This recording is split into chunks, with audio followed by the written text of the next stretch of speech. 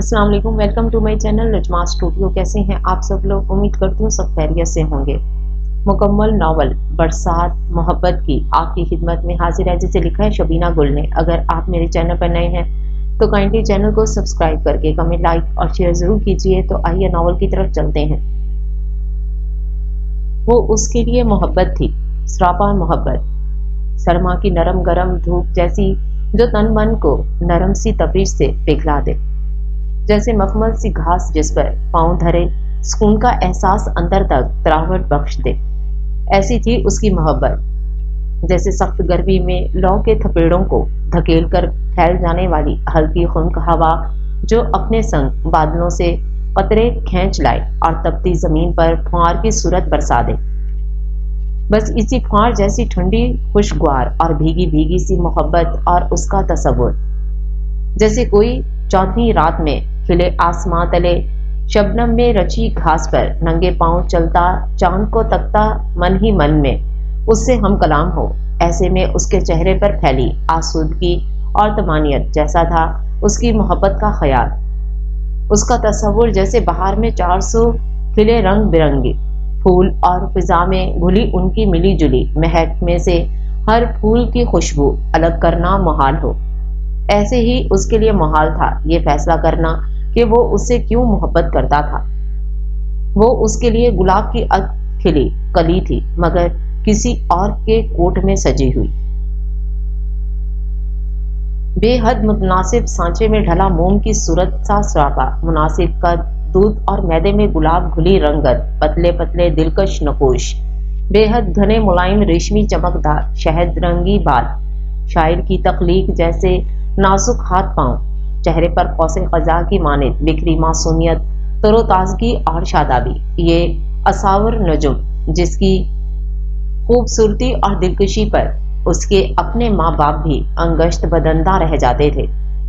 एक बार भी नहीं, बार बार, हर बार जब वो उनके सामने आती थी, हर बार जब वो मुस्कुराती थी, उन्हें लगता था वो आज उसे पहली बार देख रहे हैं। उस पर मुस्ताद उसकी खुश इखलाकी, वो बेहद खुश मिजाज, खुश अतवार और खुश गुलो थी। एक ऐसी नायाब लड़की जिससे शायद ही किसी को कोई शिकायत होती थी। वो हर दिल अजीज थी। असावर के बाद दानिश, इससे 2 बरस छोटा था, और फिर बरीरा, असावर से पूरे 10 बरस छोटी। नकोश में असावर की हूबहू कॉपी, मगर रंगत कदरे दबती हुई थी। मिजाजन शोखो चंचल और अपनी बच्चों की दीवानी थी। कौन था जो असावर का दीवाना ना था? जहां वो होती वहां किसी को कोई और दिखाई ना देता था। कोई तो बात थी उसमें कि चाहकर भी कोई उससे हसद ना कर पाता था। अपनी इन खूबियों पर वो खुद नाज़ा थी या मगरूर, ये अंदाजा भी कभी किसी को ना होता था। वो बहुत आला इखलाक की हामिल थी, ये बात बच्चा बच्चा जानता था। स्कूल, कॉलेज, यूनिवर्सिटी, हर जगह वो मशहूर रही थी, लेकिन उसकी शोहरत हमेशा मुस्बत रही, नेक नाम रही। स्कूल से लेकर यूनिवर्सिटी तक हर फंक्शन में भरपूर तरीके से हिस्सा लेना असावर अपना फर्ज समझती थी। हर मुकाबले में इनाम हासिल करती थी, ख्वाह वो पहला हो या दूसरा तीसरा। जोशो जज्बा उसकी फितरत में भरा था। लम्हा लम्हा जिंदगी से खुशियां कशीद करना उसका इजाफी हुनर। वो अच्छी स्टूडेंट रही हमेशा, टॉप पोजीशन के लिए कभी हलकान नहीं हुई और चौथी पोजीशन से कभी नीचे नहीं हुई। वो लिटरेचर की दीवानी थी, इंग्लिश हो या उर्दू, हर किताब चाट जाती। सो उसने मास्टर्स करने के लिए इंग्लिश लिटरेचर को चुना। उसके बाद उसका इरादा उर्दू लिटरेचर में मास्टर्स का था। अगर किस्मत साथ देती तो, और किस्मत ने उसके लिए क्या लिख रखा था अगर वो जान जाती तो।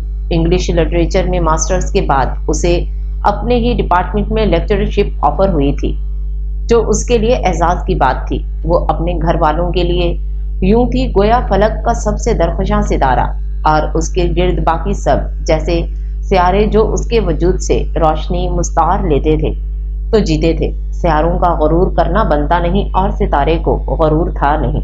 इस सितारे को मालूम था कि वो ख्वाह कितना भी रोशन हो जाए, एक ना एक दिन उसे बहुक्मे इलाही टूटकर मट्टी में मिल जाना है। तो जब अंत मट्टी है तो गरूर कैसा।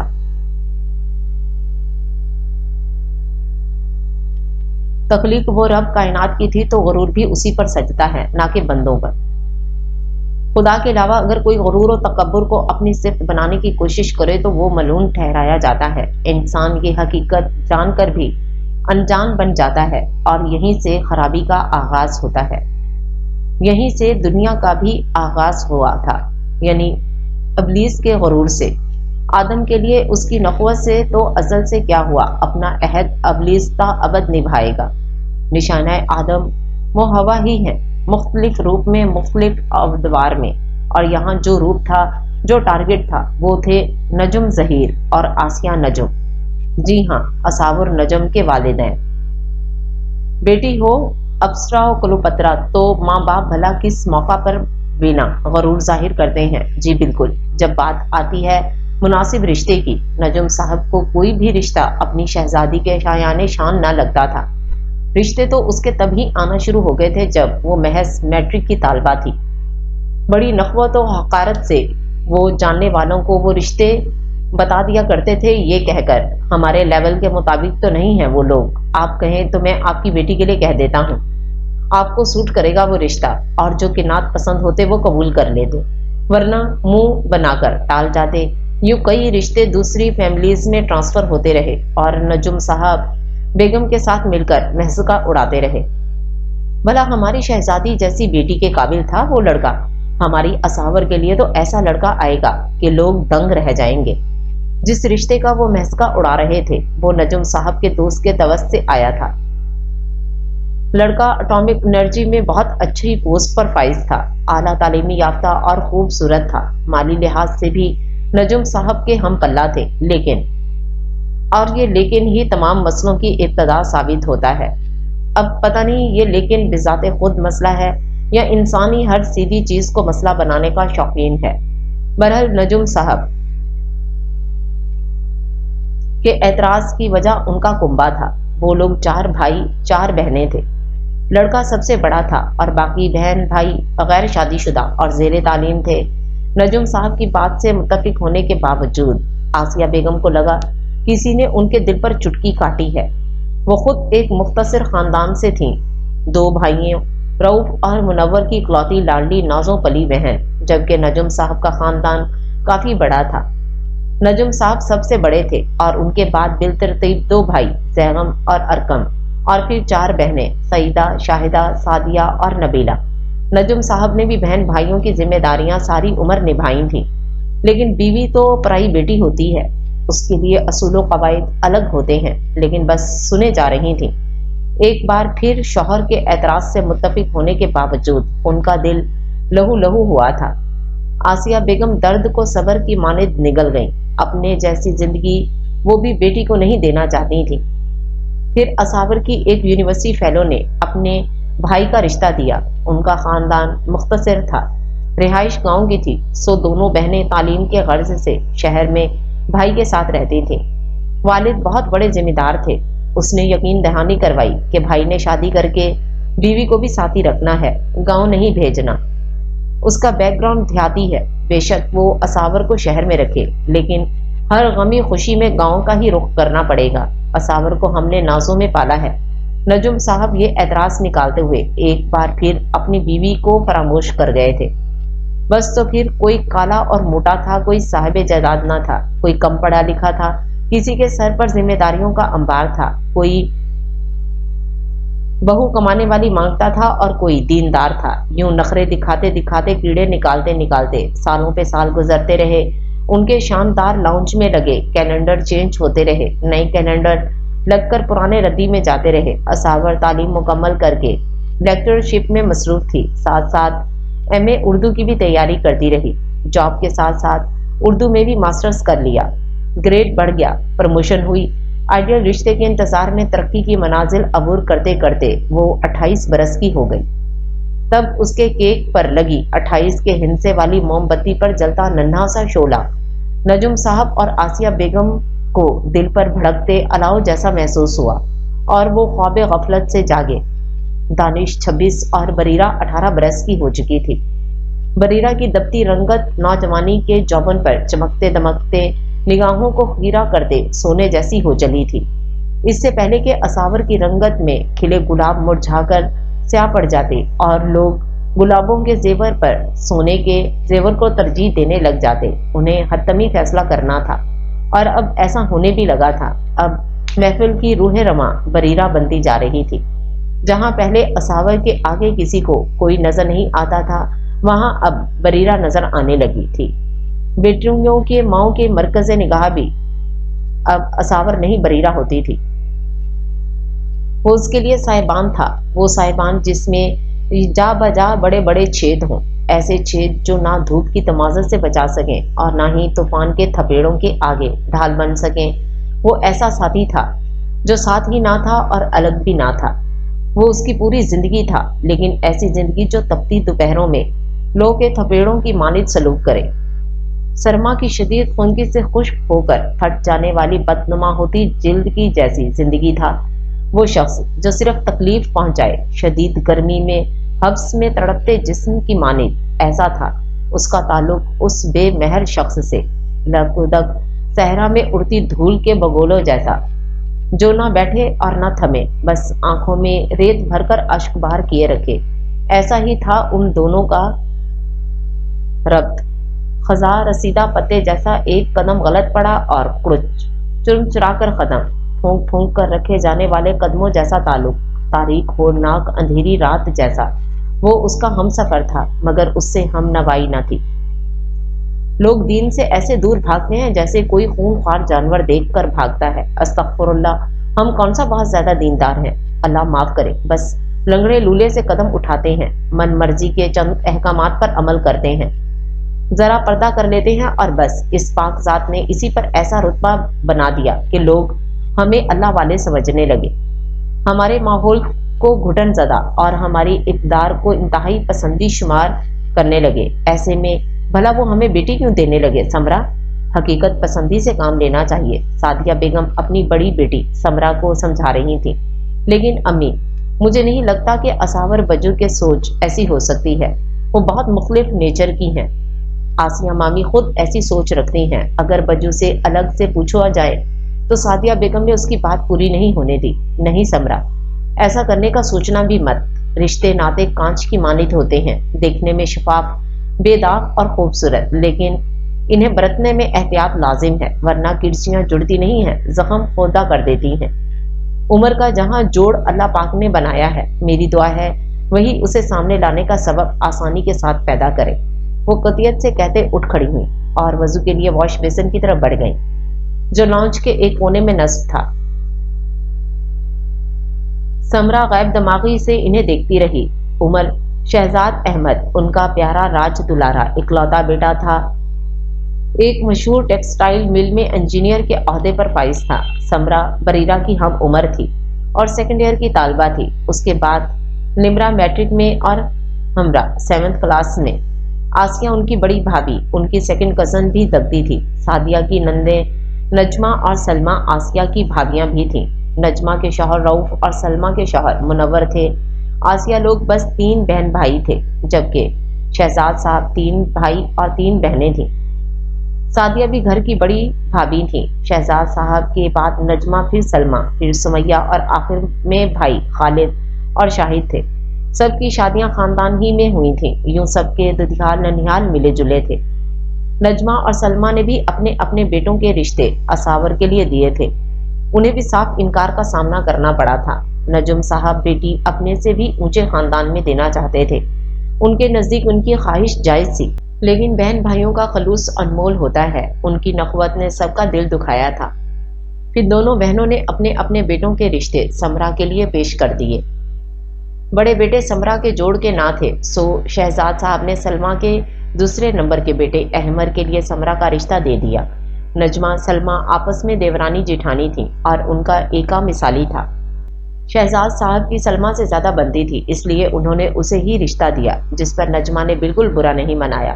وہ اپنے بھائی بھابھی کو ماں باپ کا درجہ دیتی تھیں، ان کے بچوں کی تربیت کے دل سے معترف تھیں۔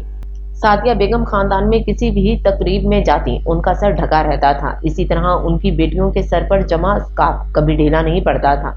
ان کی حتمی کوشش ہوتی تھی کہ خود کو اور اپنی اولاد کو بڑی برائیوں سے بچائے رکھیں اور ہر ممکن حد تک دین کے احکامات پر عمل کریں۔ جہاں عمل کم ہوتا وہاں بھی وہ احتیاط کا دامن ہاتھ سے جانے نہ دیتی تھیں، مگر پروقار ڈھکے ہوئے ملبوسات میں سر ڈھکے دھلے دھلائے چہروں پر معصومیت کو میک اپ کی جگہ اوڑھے سلیقے سے بیٹھی رہتی تھیں۔ سمرا اور نیمرا سمجھدار اور سنجیدہ مزاج تھیں، البتہ ہمرا سب سے چھوٹی گھر بھر کی لاڈلی تھی اور شوخ مزاج تھی۔ وہ کبھی کبھی ماں سے الجھ پڑتی تو تب سعیدہ بیگم پیار سے سمجھاتی اور حجاب میں لپٹے اس کے چہرے کو دونوں ہاتھوں سے تھام کر کہتی، اس حجاب کے حالے میں سب سے زیادہ نمایاں اور ممتاز نظر آتی ہیں میری بیٹیاں۔ ایک بات ہمیشہ یاد رکھنا حمزہ، خوبصورتی کا اثر فوری تو ہوتا ہے مگر گہرا نہیں، حیا کا اثر فوری نہیں لیکن گہرا اور دیر پا ہوتا ہے، اور میری بچیوں میں حیا ہے جو اللہ پاک کا پسندیدہ وصف ہے۔ تب اس کا قلق دور ہو جاتا اور انہی باتوں کی وجہ سے وہ تینوں مطمئن ہو جاتی تھیں اور حجاب کے حالے میں خود کو محفوظ محسوس کرنے لگتی تھیں۔ مجھ میں بے لوث محبت کے سوا کچھ بھی نہیں، مجھ میں بے لوث محبت کے سوا کچھ بھی نہیں، جو تم چاہو میری سوچوں کی تلاشی لے لو۔ رات کا دوسرا پہر تھا، رات چاندنی بھی نہ تھی، اسے چاندنی رات پسند بھی نہ تھی کیونکہ وہ اپنی محبتوں اور شدتوں میں چاند کو بھی ہمراز بنانا گوارا نہ کرتا تھا۔ وہ چاند جو جوبن کی راتوں میں عین اس کی کھڑکی کے سامنے اونچائی پہ کھڑا مسکراتا ہوا اس کے کمرے میں تاکاں جھانکی کرتا دکھائی دیتا تھا، ایسے میں وہ کمرے کی کھڑکی بند کر کے پردے بھی برابر کر دیتا تھا۔ اس کا محبوب ستاروں جیسا تھا، سو اسے ستارے ہی پسند تھے، نور کا منبع۔ لازم تو نہیں کہ زباں اظہار کرے، لازم تو نہیں کہ زباں اظہار کرے، کچھ جذبوں کو احساس ہوا دیتے ہیں۔ خاموش محبت بھی عبادت ہے فراز، ایسی محبت کو فرشتے بھی دعا دیتے ہیں۔ اب پتہ نہیں اس کی محبت کو فرشتے دعا دیتے تھے یا نہیں، اس کی بس اتنی ہی خواہش تھی کہ اس کی خوشیاں بھی اسے مل جائیں، اس پریوش کو جو اس کی روح پر قابض تھی، دل و جاں میں جز و لازم کی طرح بسی تھی، جس کے خیال سے وہ لمحہ بھر بھی جدا نہیں ہو پاتا تھا، یہ اس کے اختیار سے باہر تھا۔ وہ بے خبر تھی اور یہ باخبری کے امتحان میں گھرا نالائق طالب علم اگر وہ چاہتا تو اس سے اظہار محبت کر کے اسے پا سکتا تھا، لیکن یہ اس کے اقدار کے منافی تھا۔ وہ ایسی کسی بھی حرکت کو چچور پن گردانتا تھا، خواہ اسے نقصان کیوں نہ اٹھانا پڑتا، اور وہ اسے کھو دینے کو نقصان سمجھتا بھی کب تھا۔ محبت ملن سے مشروط نہیں، یہ اس کا فلسفہ تھا۔ وہ اس سے محبت کرتا تھا، اس کے لیے یہی احساس خزینہ زیست کی مانند تھا۔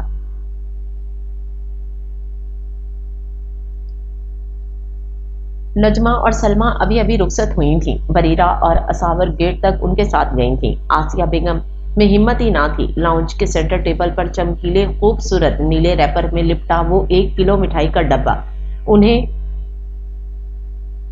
کیکٹس کے پودے کی مانند لگ رہا تھا۔ آسیہ بیگم اور نجم صاحب ساخت بیٹھے تھے، انہیں خلوص سے لایا گیا وہ ڈبہ اپنے چہروں پر تماچوں کی صورت محسوس ہو رہا تھا، گو کہ سلمہ اور نجمہ نے کوئی گلہ شکوہ نہیں کیا تھا، کوئی طنز تانا نہیں دیا تھا، ان کے انداز نارمل ہی تھے۔ انہیں بھی تعلقات کی خرابی کا ڈر تھا، نہ ہی وہ سلمہ اور نجمہ کے بیٹوں میں سے کسی کے لیے راضی تھے۔ غرور ٹوٹا تو اب بھی نہیں تھا۔ انہیں جو چیز تند چھری سے زخمی کر رہی تھی وہ تھی سمرا کی عمر، یعنی اس کی کم عمری۔ وہ ان کی بریرہ کی ہم عمر تھی اور منگنی شدہ ہو گئی تھی۔ یہاں بھی اب اساور کو چھوڑ کر بریرہ کے لیے رشتوں کی لائن لگنا شروع ہو گئی تھی۔ ان کی تشویش بجا تھی، اب بھی نہ ہوتی تو سراسر بے وقوفی ہوتی۔ وہیں بیٹھے بیٹھے انہوں نے فی الوقت موجود چند رشتوں پر نظر ثانی کی اور کالز کر کے ملاقات کے اوقات طے کیے۔ اس پورے ہفتے وہ ان فیملیز سے ملاقاتیں کرتے رہے، فون پر معاملات ڈسکس کرتے رہے، ادھر ادھر انویسٹیگیشن کرواتے رہے۔ بالآخر 2 ہفتے بعد وہ حتمی نتیجے پر پہنچ گئے۔ 3 میں سے ایک رشتہ فائنل ہو گیا۔ سلمان علی ایک نامور کنسٹرکشن کمپنی میں پروجیکٹ انجینئر کے عہدے پر فائز، اعلیٰ سرکاری عہدے سے ریٹائرڈ جاگیردار باپ کا چھوٹا بیٹا تھا۔ ماں معروف NGO کی ڈائریکٹر تھی، بڑا بھائی معروف چائلڈ اسپیشلسٹ، بھابھی گائناکالوجسٹ اور بہن اسکن اسپیشلسٹ، بہنوئی ہارٹ سرجن۔ گھر کا ماحول آزادانہ اسلام آباد کے پوش ایریا میں بنگلہ تھا، بس اور کیا چاہیے۔ بس ایک ڈیمانڈ تھی لڑکے کی طرف سے کہ اساور جاب چھوڑ دے۔ جہاں خاندان کا ہر فرد جاب کر رہا تھا وہاں ایسی ڈیمانڈ عجیب تو لگی، لیکن یہ سوچ کر پرواہ نہ کی کہ گھر کی عورتوں کو جاب کرتا دیکھ کر مرد عموماً بیزار آ جاتے ہیں۔ سلمان بھی ایسا ہی ہوگا۔ منگنی کا ان کے ہاں رواج نہ تھا۔ نکاح پر اصرار کیا گیا۔ نجم صاحب نے ہاں بھر لی اور ساتھ ہی اصابر کو جاب سے ریزائن کرنے کا کہہ دیا گیا۔ سال بھر بعد رخصتی ہونا تھی، یوں نکاح کا فنکشن ارینج کر لیا گیا۔ میرٹ اسلام آباد کے کرسٹل ہال روم بکنگ کروائی گئی تھی۔ نجم صاحب نے گویا تجوری کا منہ کھول دیا تھا۔ سب کچھ اتنا عالی شان اور شاندار ہونا چاہیے کہ یہ فنکشن مدتوں یاد رہے۔ نجم صاحب تکبر سے بولے، یہ فنکشن مدتوں ہی یاد رکھا جانے والا تھا۔ ان کی بات حرف بہ حرف پوری ہونی تھی۔ سٹیج سجاوٹ، کیٹرنگ، مینیو، استقبال، ہر چیز بے مثال تھی، لازوال تھی۔ ٹی پنک پھولوں سے سجے سٹیج پر ایک شان اور تمکنت سے بیٹھی اصاور نجم مکمل سفید لباس میں شہزادی ہی تو لگ رہی تھی۔ سلمان کی چوائس پر اس کا اور اصاور دونوں کا لباس مکمل سفید تھا۔ چاند سورج کی جوڑی سجی تھی۔ پھر نکاح کی رسم کا وقت آیا اور اصاور نجم لمحوں میں اصاور سلمان علی بن گئی۔ آنسو ٹوٹ کر گال پر سے پھسلتے ہوئے نکاح نامے پر گرے تو آسیہ بیگم ضبط بھلا کر اصاور سے لپٹ کر پھوٹ پھوٹ کر رو دی۔ بریرہ کے بھی آنسو بہہ نکلے۔ وہ دانش کے کندھے سے لگ کر سسکنے لگی۔ مہمانوں کے ڈنر کے دوران اصاور دوستوں کی ہمراہ رہی تو ان کی خوش گپیوں اور چھیڑ چھاڑ سے وہ بہتر محسوس کرنے لگی۔ آسیہ بیگم اور بریرہ بھی نارمل ہو چکی تھی۔ محفل میں پھر سے رنگ بکھر گئے تھے۔ خاندان کی کچھ چلبلی لڑکیاں ڈانس پیش کرنے لگیں، ڈیک پر گانا سیٹ کروا رہی تھیں۔ سعدیہ بیگم حسب طریق اپنی بیٹیوں کے ساتھ ایک کونے میں قدرے الگ تھلگ سی ٹیبل پر پورے وقار کے ساتھ براجمان تھیں۔ نجم صاحب اب پرسکون بیٹھے شہزاد صاحب سے گپ شپ میں مصروف تھے۔ اسٹیج پر سلمان علی کے پہلو میں طمانینت سے بیٹھی اصاور کسی بات پر مسکرا رہی تھی۔ آسیہ بیگم اسے دیکھ کر کھل کر مسکرائیں۔ اسٹیج سے کافی دور داخلی دروازے کے پاس کھڑے عشق کے پیکر کی دو محبت بھری آنکھوں نے اپنی اولین محبت کو مسکراتے دیکھا اور خود بھی مسکرا دیا۔ اس کی زندگی خوش تھی۔ اس کے چار سو خوشیوں کی کلیاں چٹکنے لگیں۔ وہ کلیوں کو پھول بنتا دیکھتا رہا۔ ہر شخص کے چہرے پر کھلی مسکراہٹ کا محرک جدا تھا۔ ہر شخص دوسرے کے محرک سے انجان تھا۔ صد شکر کہ انسان غیب کا علم نہیں جانتا۔ نجم صاحب سکون سے آنکھیں مونڈ لیتے۔ آسیہ بیگم شکر کے سجدے میں گر جاتی۔ بریرہ کی آنکھوں میں شرارت مچلنے لگتی اور دانش بہم سا مسکرا کر ادھر ادھر ہو جاتا جب اصاور کے کہکے سنائی دیتے، جب اس کے چہرے پر شفق دھنک جیسی رنگ بکھیرتی اور وہ ست رنگ اس کے چہرے کو کھلتا پھول بنا دیتے۔ اس کا چہرہ بتاتا تھا کہ اس کے شوہر نے اسے اپنے دل میں مقام دے دیا ہے۔ سلمان تقریباً روز ہی اسے کال کرتا۔ لمبی لمبی باتیں ہوتی ہیں۔ وہ بھی خوش مزاج سا بندہ تھا اور اس کا سینس آف ہیومر بھی غضب کا تھا۔ بس ایک بات تھی کہ وہ گھر اور گھر والوں کے متعلق کبھی کوئی بات نہیں کرتا تھا۔ کبھی اصاور بات کرتی تو وہ خوبصورتی سے ٹال جاتا تھا۔ اس کی باتوں سے ہمیشہ ظاہر ہوتا تھا کہ وہ یورپ سیٹل ہونا چاہتا ہے۔ اس کی فیملی ویل آف تھی، لیکن ملک سے باہر جانے کا شاید کسی نے نہیں سوچا تھا۔ اس کے بہن بھائی نے اسپیشلائزیشن بھی پاکستان سے ہی کیے تھے۔ البتہ اس نے اپنے جیٹھ احسان علی کی بیوی مریم کے بارے میں سنا تھا کہ اس نے اسپیشلائزیشن امریکہ سے کیا تھا اور وہ شادی کے بعد امریکہ ہی سیٹل ہونا چاہتی تھی، لیکن احسان نہیں مانے تھے، سو وہ بھی یہیں جاب کر رہی تھی۔ یہ سب باتیں ابتدائی ملاقاتوں میں معلوم ہوئی تھیں اور بس اس کے بعد ان کی جانب سے خاص آمد و رفت بھی نہ تھی اور نہ ہی سلمان کوئی گھریلو بات کرتا تھا۔ اصاور کی جاب سے متعلق بھی اس نے یہی کہا تھا کہ اسے جاب کرنے والی لڑکیاں پسند نہیں، خاص طور سے وہ شادی کے بعد خواتین کی جاب کے حق میں بالکل نہ تھا۔ یہ ایک بالکل نارمل سی بات تھی۔ جس گھر کی تمام خواتین جاب کرتی ہوں وہاں عموماً کوئی نہ کوئی اولاد اس سیٹ اپ کے خلاف ضرور ہوتی ہے۔ بس یہی سوچ کر اصاور نے اپنی اتنی بہترین جاب سے ریزائن کرتے ہوئے ذرا بھی قلق محسوس نہ کیا۔ آسیہ بیگم نے بھی اسے یہی کہہ کر سمجھایا تھا کہ بیٹا، شادی کے بعد عورت کی جاب صرف اس کا گھر ہونا چاہیے۔ شوہر کی کیئر، بچوں کی بہترین تربیت اور نوکروں کے بجائے اپنے ہاتھ سے کام کرنا، نوکروں پر کم سے کم انحصار کرنا ہی عورت کی جاب کے جز ہیں۔ اصاور دل سے قائل ہو گئی تھی۔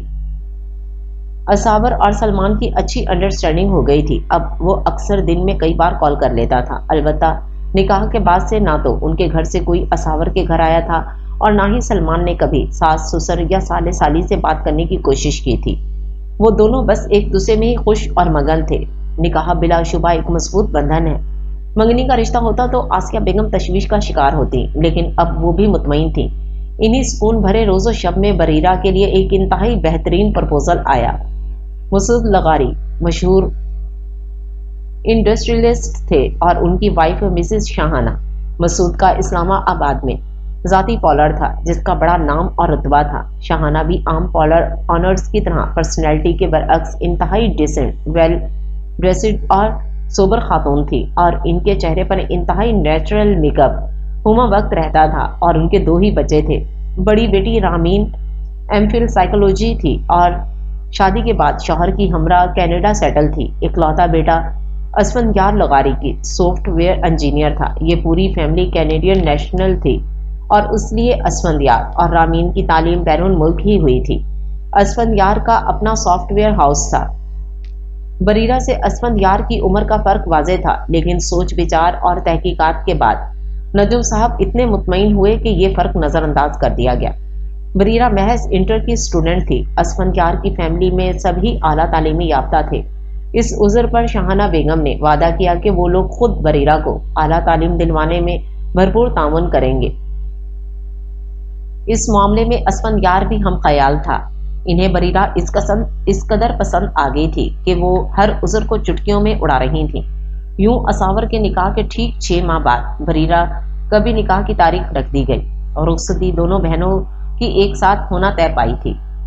ان تمام فیصلوں میں اصاور کے سسرالیوں کو بھی بھرپور طریقے سے شامل رکھا گیا. یوں ایک سہانی سی شام اسی CBR ہال میں بریرہ بھی دلہن کا روپ دھارے بجلیاں گراتی اسٹیج پر براجمان تھی. باٹل گرین اور بلو کامدار لانگ شرٹ اور ٹراؤزر میں ملبوس میچنگ زیورات اور لائٹ مگر خوبصورت میک اپ میں پریوں کا سا معصوم روپ لیے بریرہ اپنی شہزادوں سی آن بان والے شریک حیات کی ہمراہ بیٹھے خوب جچ رہی تھی. اسے یہ اعزاز حاصل تھا کہ اسے اس کی ساس نے خود تیار کیا تھا، جو کہ اپنے پارلر میں صرف چند برائڈز کو ہی تیار کرتی تھیں. ایک عالم بریرہ کی قسمت پر رشک کر رہا تھا. مسٹر اینڈ مسز لغاری کی شہرت ڈھکی چھپی بات نہ تھی. شہر کی کریم کی حیثیت سے سبھی انہیں پہچانتے تھے. فنکشن میں سلمان تمام وقت اصاور کی ہمراہ رہا. اس نے فخر سے اسے سب سے ملوایا تھا. اس کی چھوٹی لاڈلی بہن کا نکاح تھا. اس کی خوشی دیکھنے سے تعلق رکھتی تھی. اس کے برعکس سلمان چپ چپ سا رہا. بڑا داماد ہونے کے ناطے اسے بیٹوں کی طرح نجم صاحب کے ساتھ انتظامات میں پیش رہنا چاہیے تھا، لیکن وہ VIP گیسٹ بنا رہا. بیٹی خوش ہو تو ماں باپ داماد کی ہزاروں خامیوں کو اگنور کر دیتے ہیں اور کسی بھی شکوے کو زبان پر لانے سے پہلے ہی دفن کر دیتے ہیں. ماں باپ کے لیے ہر لحظہ اپنی اولاد کی خوشی مقدم ہوتی ہے. ایک بار والدین کے عہدے پر فائز ہو جانے کے بعد وہ اپنی خوشی، اپنی چاہت حرف غلط کی طرح فراموش کر دیتے ہیں. بس نجم صاحب اور آسیہ بھی اسی کیفیت میں تھے. ان کی پلاننگ اس بار بھی کامیابی سے ہمکنار ہوئی تھی. وہ اسی سرخوشی میں اپنی بروقت عقل مندانہ حکمت عملی پر لوگوں سے داد و تحسین وصولتے پھر رہے تھے. جب انسان عروج پر بیٹھا ہو تو اس کی گردن پر سجا خوشنما چہرہ اونچا ہی رہتا ہے. وہ جہاں سے گزرتا ہے اٹھے سر کے ساتھ گزرتا ہے، اور اٹھے سر کے ساتھ چلتے ہوئے وہ زمین پر اگر کیلے کا چھلکا نہیں دیکھ پاتا. کیلے کا چھلکا جو الٹا گرا ہو تب چھلکا پھسلتا ہے، اور اگر سیدھا گرا ہو تب اس پر آنے والا پاؤں پھسلتا ہے. دونوں صورتوں میں انسان گرتا ہے اور بری طرح گرتا ہے. کمر کے بل گرتا ہے اور منہ کے بل گرنے والے نہیں جانتے کہ کمر کے بل گرنا زیادہ خطرناک ہوتا ہے، کیونکہ وجود کا سارا بوجھ اس کمر پر ہی تو ہوتا ہے. نجم صاحب اور آسیہ بیگم کی کمر توڑنے کے لیے سلمان علی بھی کیلے کا چھلکا ثابت ہونے والا تھا. الٹا ہوتا یا سیدھا، گرنا لازم ہے. حساب عمر کا اتنا سا گوشوارہ ہے. تمہیں نکال کے دیکھا تو سب خسارہ ہے. کسی چراغ میں ہم ہیں، کسی کمل میں تم. کہیں جمال ہمارا، کہیں تمہارا ہے. وہ کیا وصال کا لمحہ تھا جس کے نشے میں تمام عمر کی فرقت ہمیں گوارا ہے، ہر ایک صدا جو ہمیں باز گزشت لگتی ہے، نہ جانے ہم ہیں دوبارہ کہ یہ دوبارہ ہے۔ وہ منکشف میری آنکھوں میں ہو کے جلوے میں، ہر ایک حسن کسی حسن کا اشارہ ہے۔ عجب اصول ہیں اس کاروبار دنیا کے، کسی کا قرض کسی اور نے اتارا ہے۔ کہیں پہ ہے کوئی خوشبو کہ جس کے ہونے کا تمام عالم موجود استعارہ ہے۔ نہ جانے کب تھا کہاں تھا، مگر یہ لگتا ہے یہ وقت پہلے بھی ہم نے کبھی گزارا ہے۔ یہ دو کنارے تو دریا کے ہو گئے ہم تم، مگر وہ کون ہے جو تیسرا کنارہ ہے؟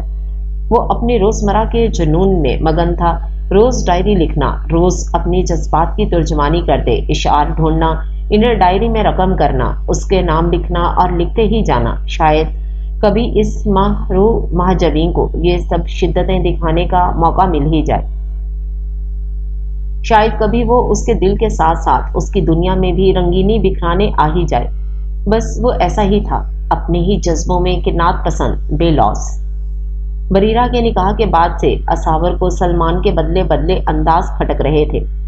اس کے رویے میں عجب سی رکھائی اور سرد مہری ہوتی تھی۔ اصاور مزاجن سلجھو اور نرم خو لڑکی تھی اور لڑائی جھگڑوں اور اختلاف سے بھاگتی تھی، سو سلمان کی رکھائی محسوس کرنے کے باوجود اس نے سوال کرنے سے پرہیز کیا۔ اس کی پوری کوشش تھی کہ وہ اپنا رویہ نارمل رکھے تاکہ وہ بھی دھیرے دھیرے نارمل ہو جائے، لیکن اب ایسا ہوتا مشکل دکھائی دے رہا تھا۔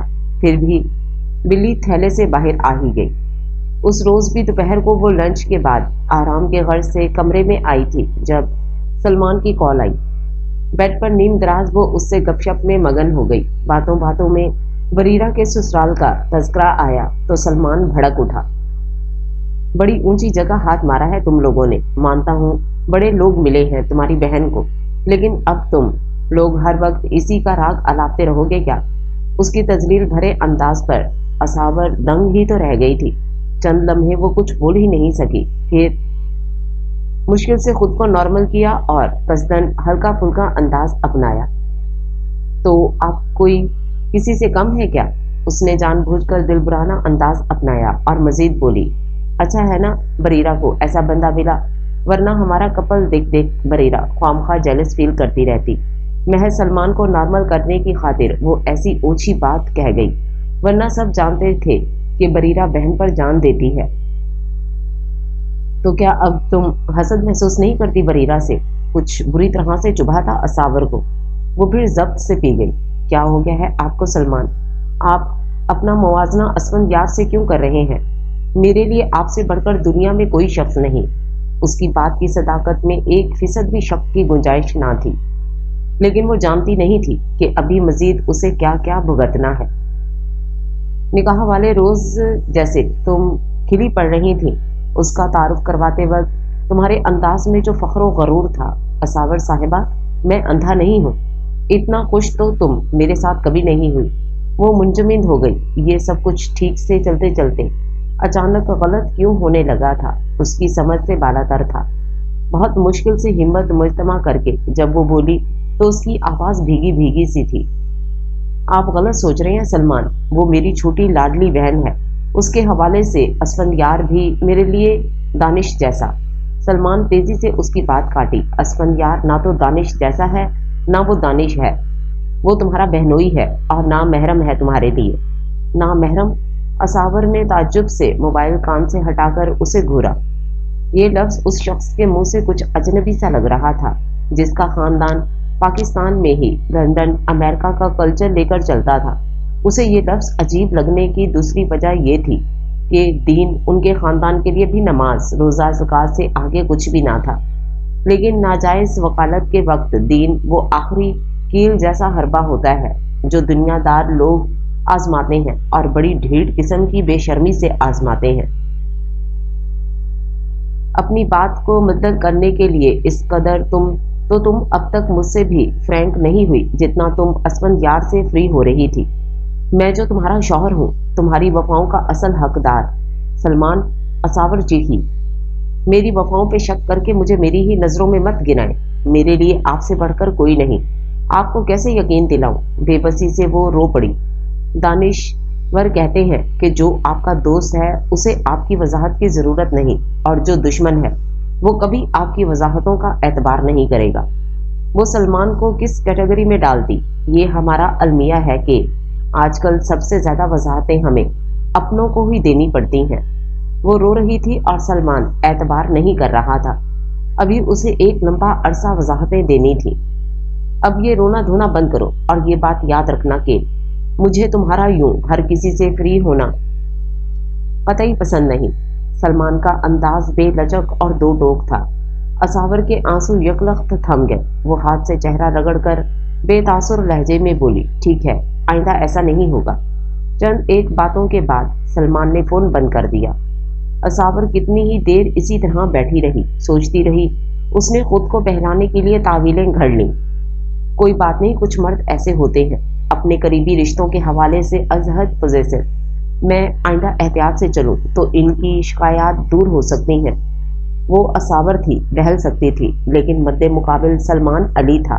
उसे बहलाना मुमकिन ही ना था। नजुम साहब जगह जगह कहते फिरते थे, हमने दामाद ऐसा चुना है जो लाखों में एक है। वो बिल्कुल सही दावा करते थे। सलमान अली वाकई लाखों में एक था। अक्ले कुल बनने वाले को हकीकी अक्ले कुल ख्वाब गफलत से जगाने वाला था। बहुत जल्द तल्ख हकीकतों के बेनकाब होने का अमल शुरू हो चुका था। इंसान फितरतन खुशगुमान है, शायद इसीलिए लंबी उम्र जीता है। वो भी एक ऐसा ही दिन था जब असावर की खुशगुमानियों के घरौंदे को पहली शदीद तरीन ज़र्ब लगी। वो आसिया बेगम के साथ किचन में डिनर की तैयारी के दौरान मदद करवा रही थी। नजुम साहब किसी क्लाइंट के साथ कॉल पर बात करते करते रूम में चले गए थे। ओपन किचन से वो सामने लाउंज में टीवी देखते दानिश और बरीरा गाहे बगाहे नजरें डाल लेती थी। वो चमकते दमकते काउंटर पर सब्जियां फटाए खटाखट सलाद के लिए सब्जियां काट रही थी जब जरा फासले पर पड़ा उसका मोबाइल रोशन हुआ। रिंग टोन की आवाज पर आसिया बेगम ने हंडिया भूनते भूनते मुड़कर सवालिया नजरों से उसे देखा, जिसके चेहरे पर मुस्कुराहट आई थी।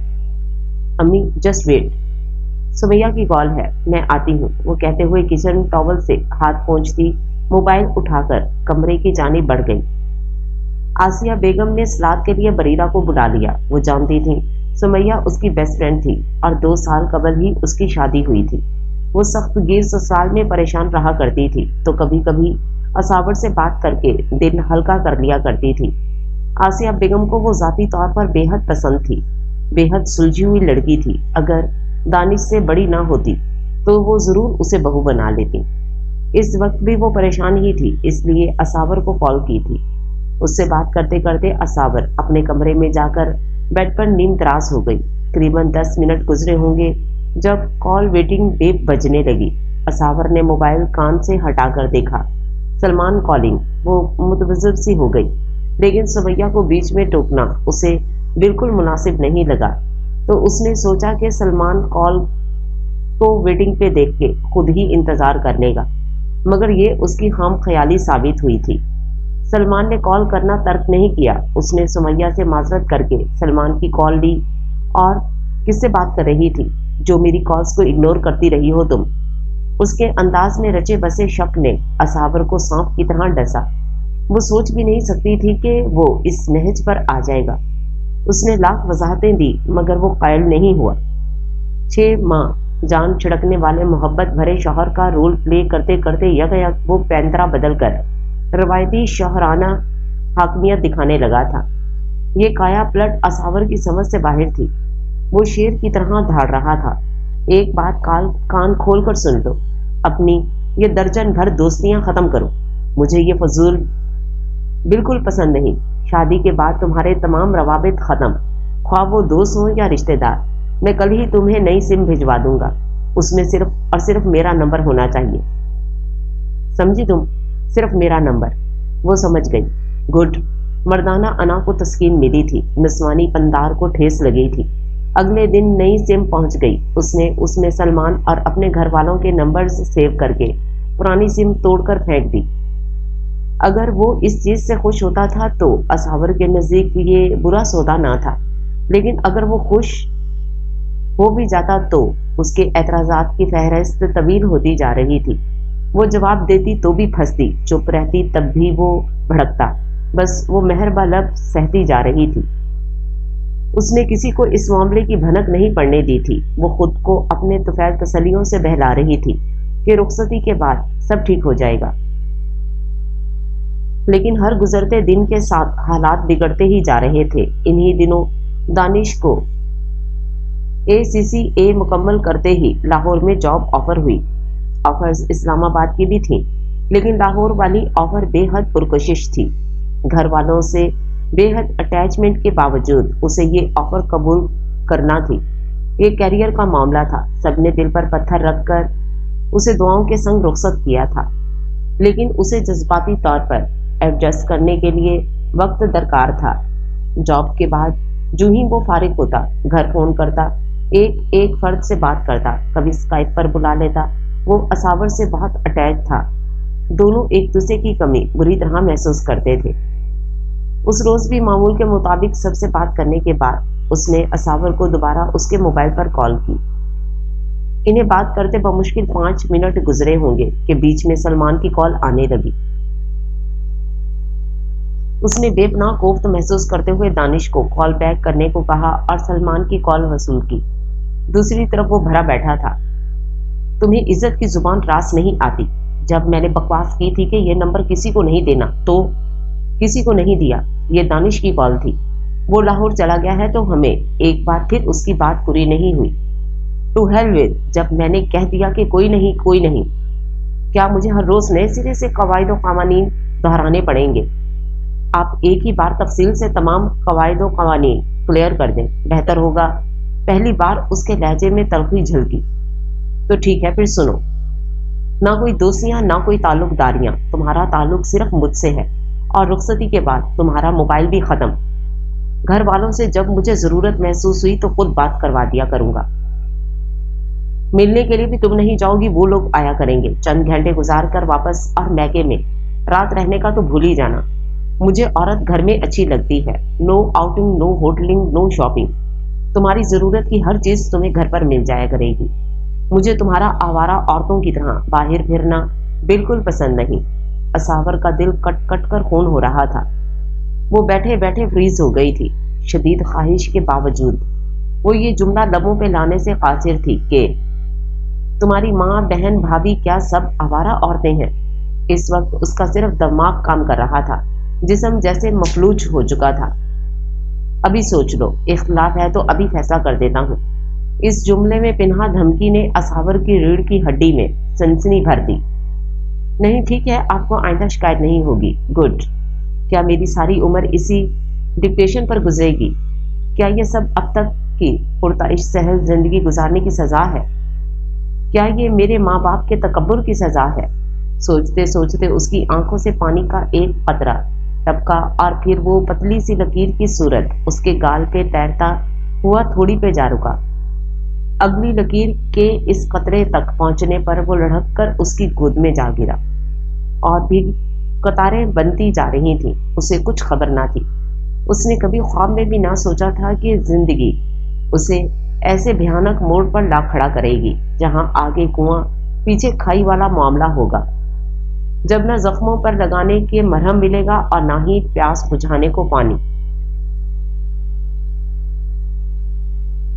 محبت اس طرح جیسے گلابی تتلیوں کے پر، محبت زندگانی کی جبیں ناز کا جھومر، محبت آرزو کی سیپ کا انمول سا گوہر، محبت حسرتوں کی دھوپ میں امید کی چادر، محبت ہے تیرے گیسو، تیری پلکیں، تیری آنکھیں، محبت ہے تیری باتیں، محبت ہے تمہارے ہجر کے اور وصل کی راتیں، محبت ہے تیری دھڑکن، محبت ہے تیری سانسیں، محبت تیری خاموشی، تمہاری بات جیسی ہے، محبت کو اگر سمجھو تمہاری ذات جیسی ہے۔ ڈائری لکھتے لکھتے اس نے آخر میں یہ نظم لکھی، اور پین ڈائری کے بیچ میں رکھ کر کرسی کی پوچھ سے ٹیک لگا کر آنکھیں موند لیں۔ ہر رات کا پہلا پہر وہ اپنی خاموش محبت کے نام کرتا تھا۔ جو بھی اس کے دل میں ہوتا اسے حوالہ کرتاس کر کے پرسکون ہو جاتا۔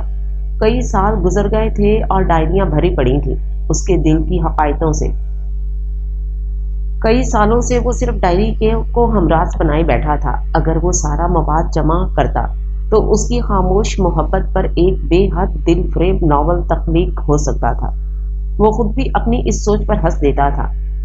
अगर वो अदीब होता तो नावल तैयार कर भी चुका होता, लेकिन वो सिर्फ महब था। वो सिर्फ अपने जज्बे कागजों के हवाले करता था। अगर वो कोशिश करता तो शायर भी बन सकता था, लेकिन वो दूसरों की शायरी में अपने दिल की कैफियत ढूंढकर रकम करने पर ही इक्तफा करता था। शायद उसे इत्तेमाद ना था अपनी तहरीरी और फनी सलाहियतों पर। इत्तेमाद अगर था तो बस एक चीज पर, अपनी मोहब्बत पर, अपने जज्बों पर, अपनी सच्चाई पर। अपनी मोहब्बत के लिए अपने जज्बों की सच्चाई पर। सच्चा शख्स लोगों से तकाजा नहीं करता, सच्चाई के फल का इंतजार करता है, सब्र और इस्तकामत से। आसिया बेगम देख रही थी, सोच रही थी और मुवाजना कर रही थी। असावर खोई खोई रहती, उजड़ी उजड़ी सूरत, परेशान आंखें, उलझा अंदाज, चिड़चिड़ा लहजा। बरीरा खुश रहती, मजीद खिली खिली। वो अगर कुंदन थी तो असमन यार की मोहब्बत और तवज्जो ने उसके चेहरे पर गुलाब खिला दिए थे। वो अगर सुहाना मौसम थी तो असमन यार की चाहतों और मान ने उसके चेहरे को धनक रंग से सजा दिया था।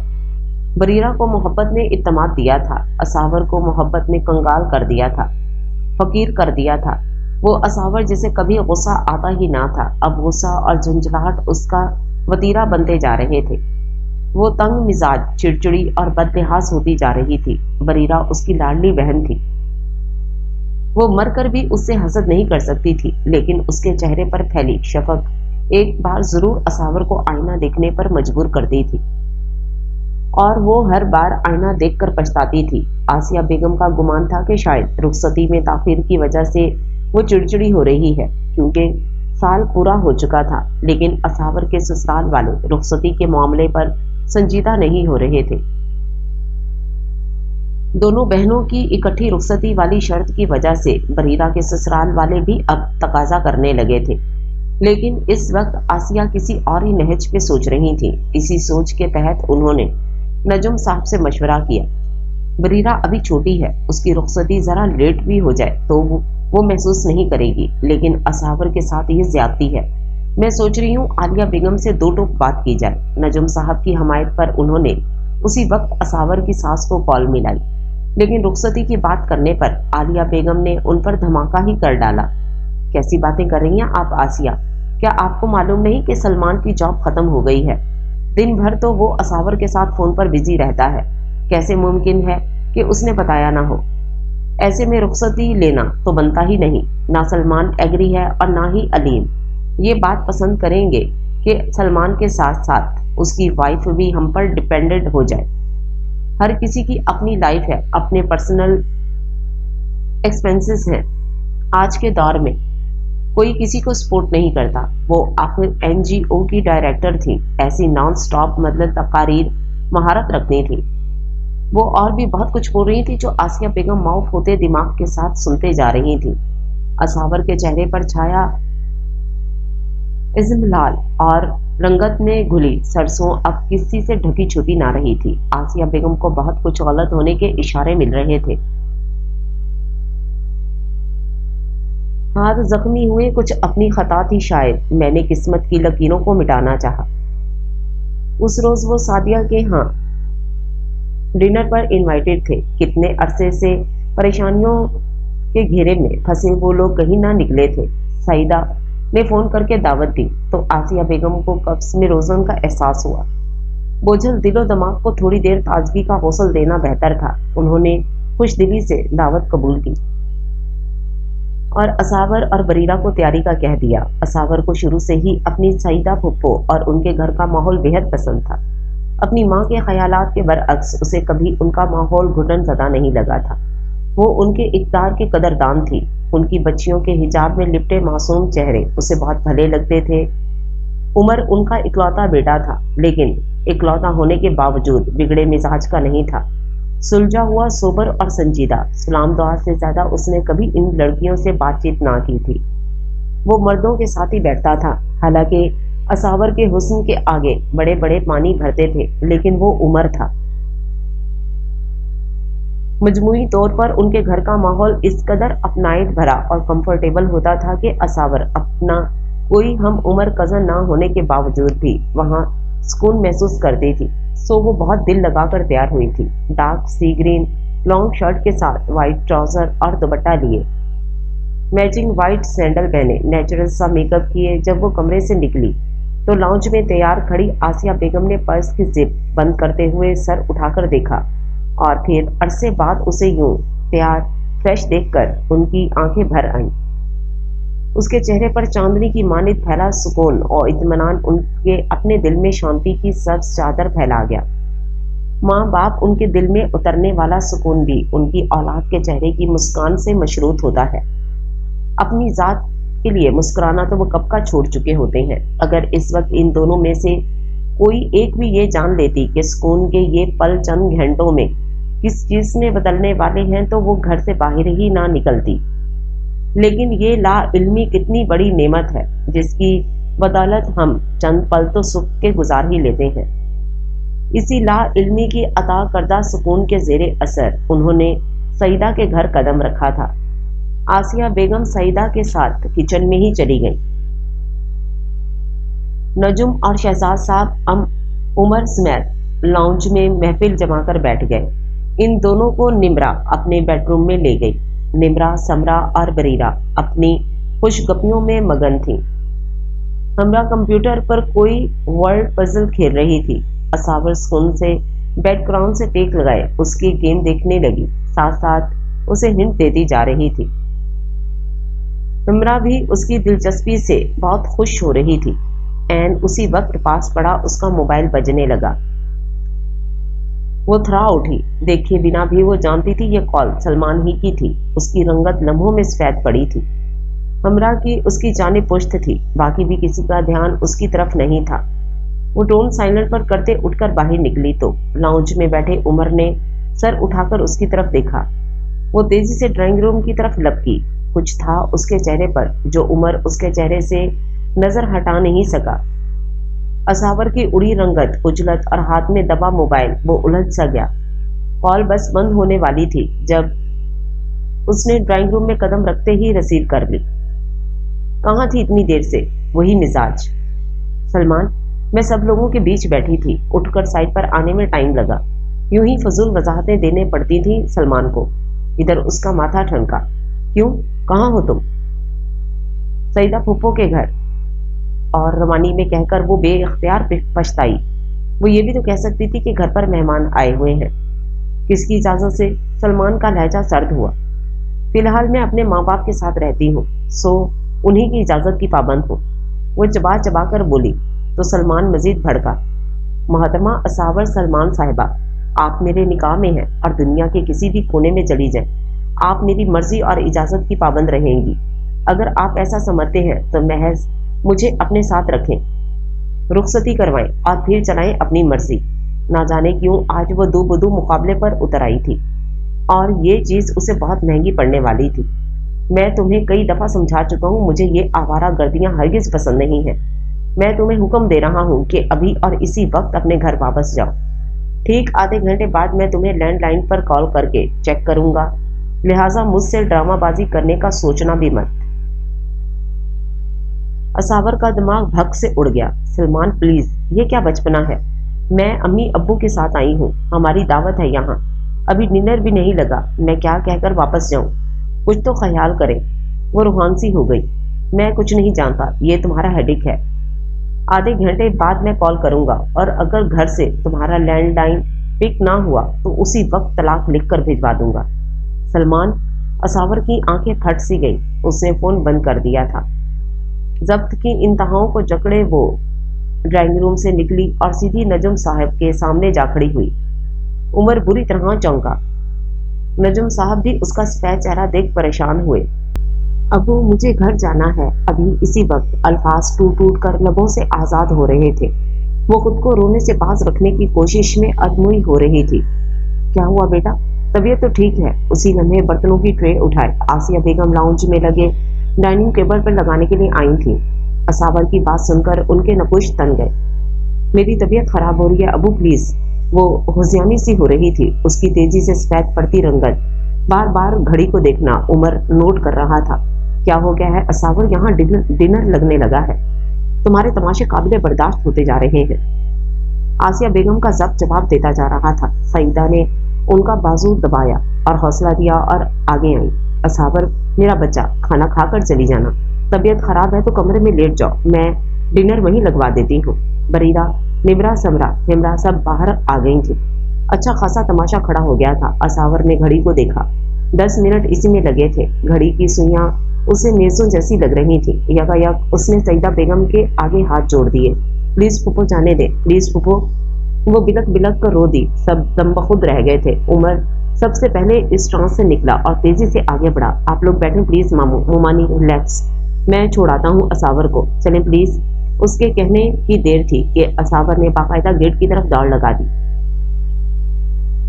एक लम्हे को उमर गेंग रह गया था। फिर उसने चाबी उठाई और पोर्च की तरफ भागा। कुछ तो था जो बेहद गैर मामूली था।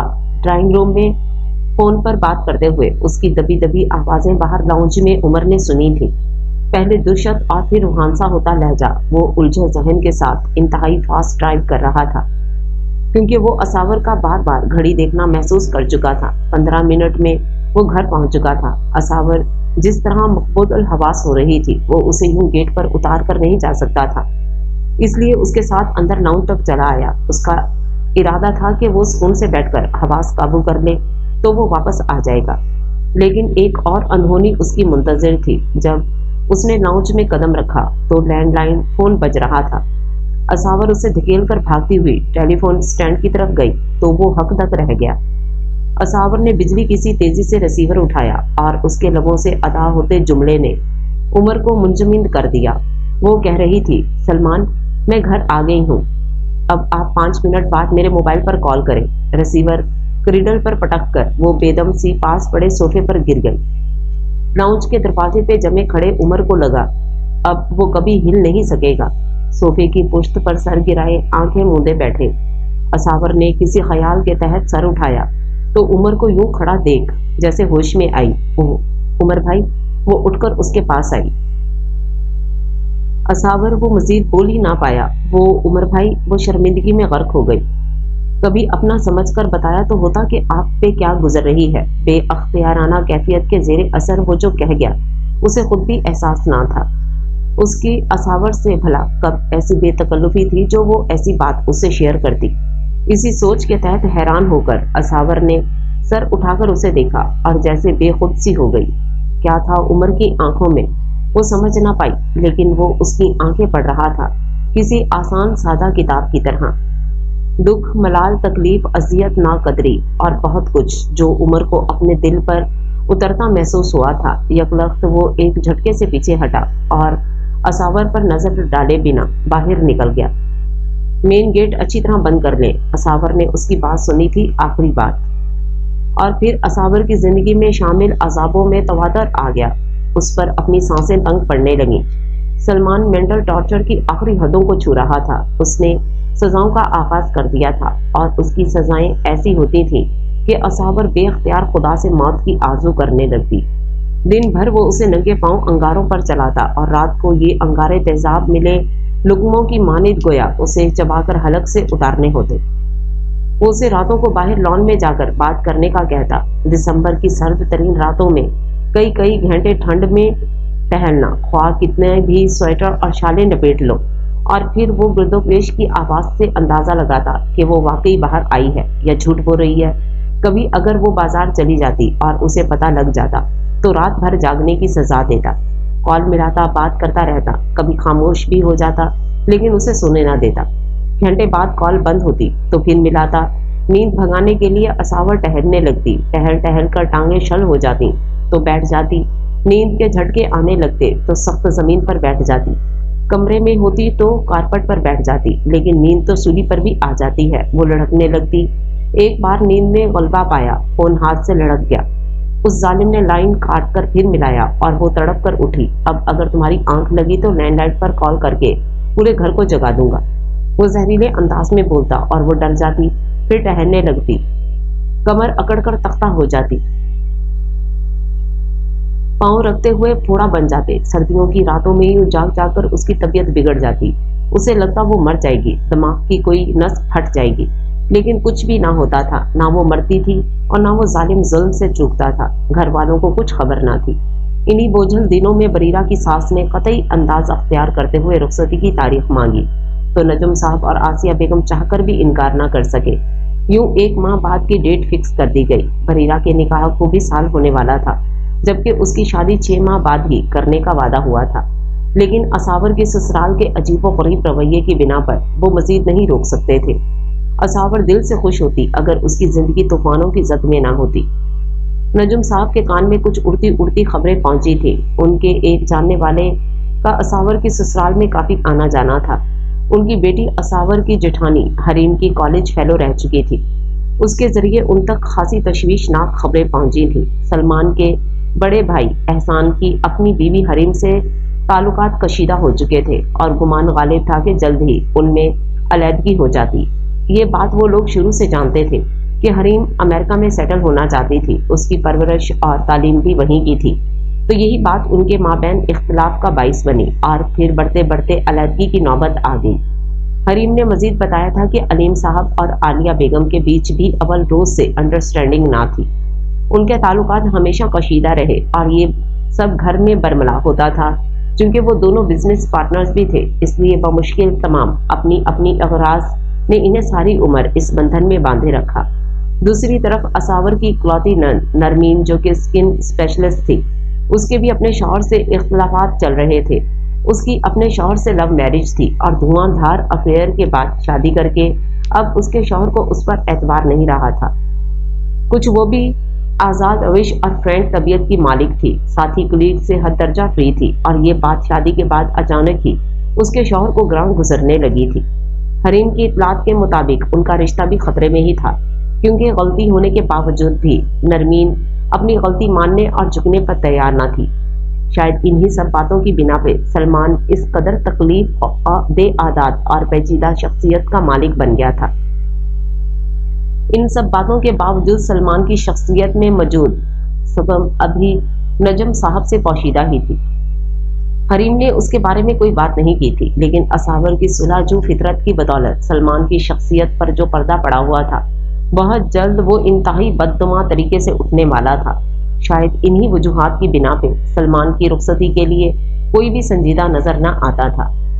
बरीरा की डेट फिक्स होने पर एक बार फिर असावर ने सलमान को रुखसती के लिए फोर्स किया था और एक बार फिर उसे सजा का शिकार बनना पड़ा था। ये उसी रात के बाद की बात है जब फजर की अजानों के साथ उसकी सजा खत्म हुई, तो वो कारपेट से उठकर बेड पर लेटने के बाद काबिल ना रही थी। मोबाइल वहीं गिरा और वो कारपेट पर ही बेसुध हो गई। सुबह आसिया बेगम उसे जगाने आई तो उसे यूं पड़ा देख परेशान हो गई। उसे आवाजें दी तो वो किसी चर्ची की तरह झूमती डोलती उठी और बेड पर ढेर हो गई। उसके उठने पर उसके नीचे से बरामद होते मोबाइल को देखकर आसिया बेगम का पारा आसमां को छूने लगा, लेकिन इन्हें मेहर बलब होना पड़ा। वो बुरी तरह बुखार में तप रही थी। आंखों के गिर्द गहरे स्याह हल्के, बड़ी बड़ी आंखें अंदर को धंसी हुई, जर्द गेंदे सा कुमलाया मुरझाया चेहरा, बाल जैसे गंद का ढेर। वो बाल जो रेशम के लच्छे थे, जिनमें कोई पूनी कोई कैचर ना टिकता, ना कोई हेयर स्टाइल बनता था, वही रेशमी लच्छे अब सड़ी हुई खिचड़ी जैसे हो रहे थे। कपड़े उसने शायद एक हफ्ते से ना बदले थे। जो हर रोज नित नए ड्रेसेस पहनती, खुशबुओं में बसी रहती थी, वो बुरी तरह तशवीश का शिकार हुई थी। कुछ था जो बेहद गलत था। वो समझने से कासिर थी, कहाँ गलती हुई मेरे मौला, जो आज ये दिन देखना पड़ रहा है।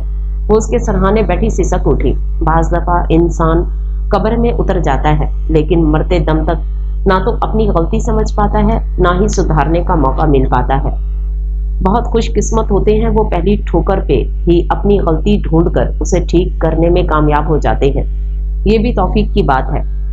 उन्होंने नजम साहब से दो टोक बात की। आप डायरेक्ट अलीम भाई से बात करें के तरीके से रुखसत कराकर ले जाएं असावर को, फिर भले से सलमान उसे सारी रात जगाए या सारा दिन सताए, लेकिन ये रविश दुरुस्त नहीं। लम्हा लम्हा बेचारी को अपने साथ अटकाए रखता है। हालत देखें उसकी किस कदर बदतर हो गई है। नजम साहब के माथे पर तफक्कुर भरी लकीरों में चंद मजीद परेशान लकीरों का इजाफा हुआ था। उनके शाने झुकते जा रहे थे। बरीरा की शादी की तैयारियां अरूज पे थीं।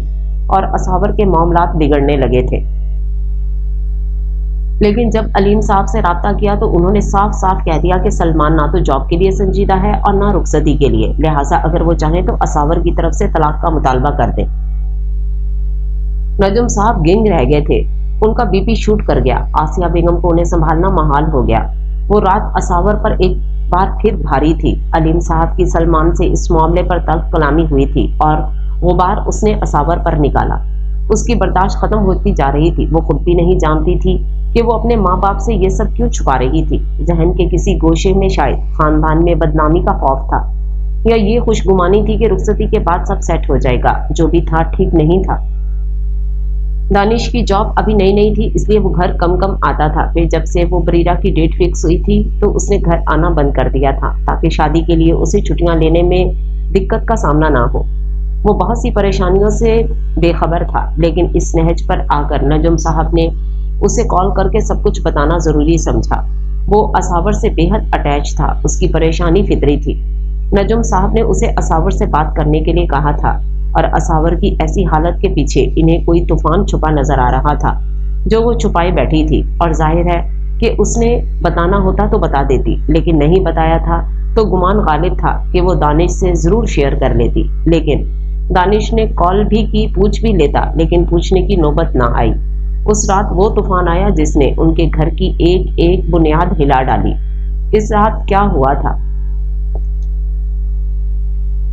शहरे आजाद की खुलती हुई खिड़की की थकन, मेरी आंखों को भिगोती हुई आवारा हवा, दोष दीवार पे बेजार घड़ी की टिक टिक, मेरे अंजाम पे रोता हुआ सांसों का सितार, टूटी अलमारी में बिखरे हुए चाहत के नकोश, रक्स करती हुई तन्हाई के प्यासे साए। मैं अकेला हूं मगर फिर भी अकेला तो नहीं। आज दिल क्यों उदास है, मुजम्मिल क्यों है? आज दिल का दर्द सहा क्यों नहीं जा रहा? आज दुनिया बुरी क्यों लग रही है? क्या मेरी मोहब्बत भी वसल से मशरूत है? नहीं, मेरा दिल गवाही देगा कि मेरी मोहब्बत सतही नहीं। सतही होती तो दिल के बजाय दुनिया गवाह होती मेरी मोहब्बत की, या कम अज कम वो गवाह होती। लेकिन मेरे खुदा और मेरे दिल के सिवा कोई गवाह नहीं। मेरे लिए उसकी खुशी मुकद्दम है। वो खुश होती है तो मैं खुश होता हूँ। तो क्या वो खुश नहीं है? क्या वो दुखी है? क्या उसका दुख मेरे दिल को छू रहा है? हाँ, यही बात होगी। वरना आज क्यों ऐसी कैफियत होने लगी? किससे पूछूं, कैसे पूछूं? वो बेबसी से पेन डायरी के बीच रखकर उसी डायरी पर सर रखकर बैठ गया।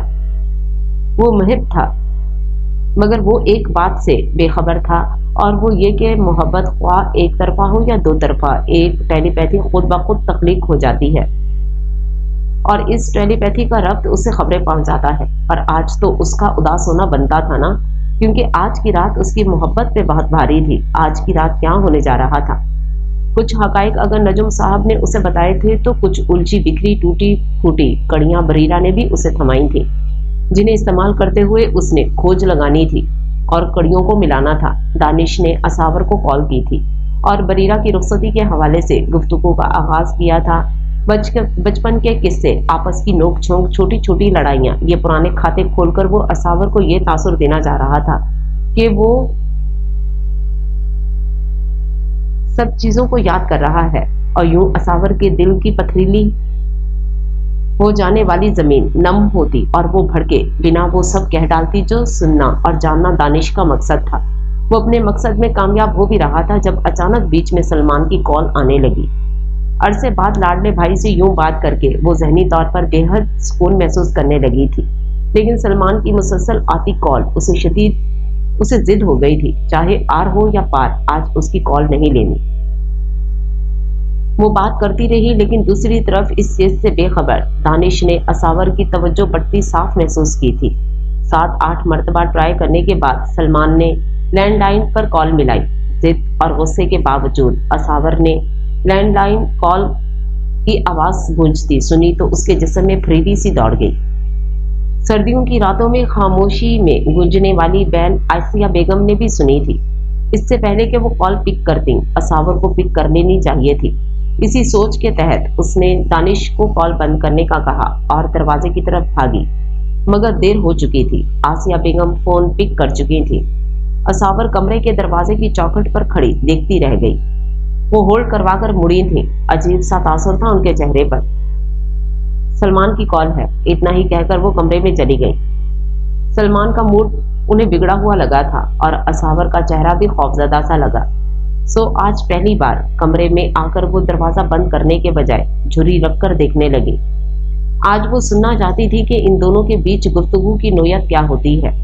नजम साहब ने चौंक कर उनकी इस हरकत को देखा, फिर वो भी उठकर उनके पास आ खड़े हुए। असावर बात कर रही थी, सलमान ढाड़ रहा था। किस कमीने से बात कर रही थी तुम? असावर के दिल में गीज और तन्नफुर का उबाल उठा, चेहरा अंगारा हो गया। अपनी जुबान को लगाम दे, मैं अपने भाई से बात कर रही थी। उसके जब्त की तनाबें उसके हाथ से फिसलती जा रही थीं। 7-8 माह हो गए थे इससे ये टॉर्चर झेलते। ये किस किस्म के भाई हैं जो आधी रात को बहनों को फोन करते हैं? सही कहते हैं लोग कि सांप की किस्मत में वो जहर कहाँ जो रिश्तेदार अदावत में उगलते हैं। असावर को उससे नफरत महसूस हुई थी। वो बीमार जहनियत का हामिल था। वो असावर को भी बीमार कर रहा था। वो चबा चबा कर बोली, ये इन शौहरों से लाख दर्जा बेहतर हैं जो अपनी बीवियों को उनके माँ बाप के घर बिठाकर टॉर्चर करते हैं और अपनी बीमार जहनियत को तस्कीन पहुंचाते हैं। उधर अगर सलमान उसके लबो लहजे पर सुन हुआ था तो इधर झुर्री में खड़ी आसिया बेगम ने बेअख्तियार दरवाजे का पट छोड़कर दिल पर हाथ रखकर सांस रोकी थी, या शायद रुकी सांस बहाल करने की कोशिश की थी। ये क्या हो रहा है मेरे मालिक? उन्होंने तहे दिल से इस रब को पुकारा था जिसे अक्सर लोग बुरी घड़ी में ही याद करते हैं। असावर का जिस्म कपकपा रहा था, सांसें धूंकने की माने चल रही थीं, आंखें लहू टपकाने को तैयार थीं। उसकी बर्दाश्त की हदें तमाम हुआ चाहती थी। उसने बिसात से बढ़कर खुद पर झेला था ये अजाब। किसकी ईमा पर इतना बो रही हो तुम? अभी 3 लफ्ज मुंह पर मारूंगा तो सारा गरूर और तंतना धरा रह जाएगा। तुम हो क्या चीज? और बस हो गई थी। असावर हलक के बल चिल्लाई, हाँ दो मुझे तलाक, अभी और इसी वक्त। जान छोड़ो मेरी, माफ कर दो मुझे, दो मुझे तलाक दो। ना बोलते क्यों नहीं हो?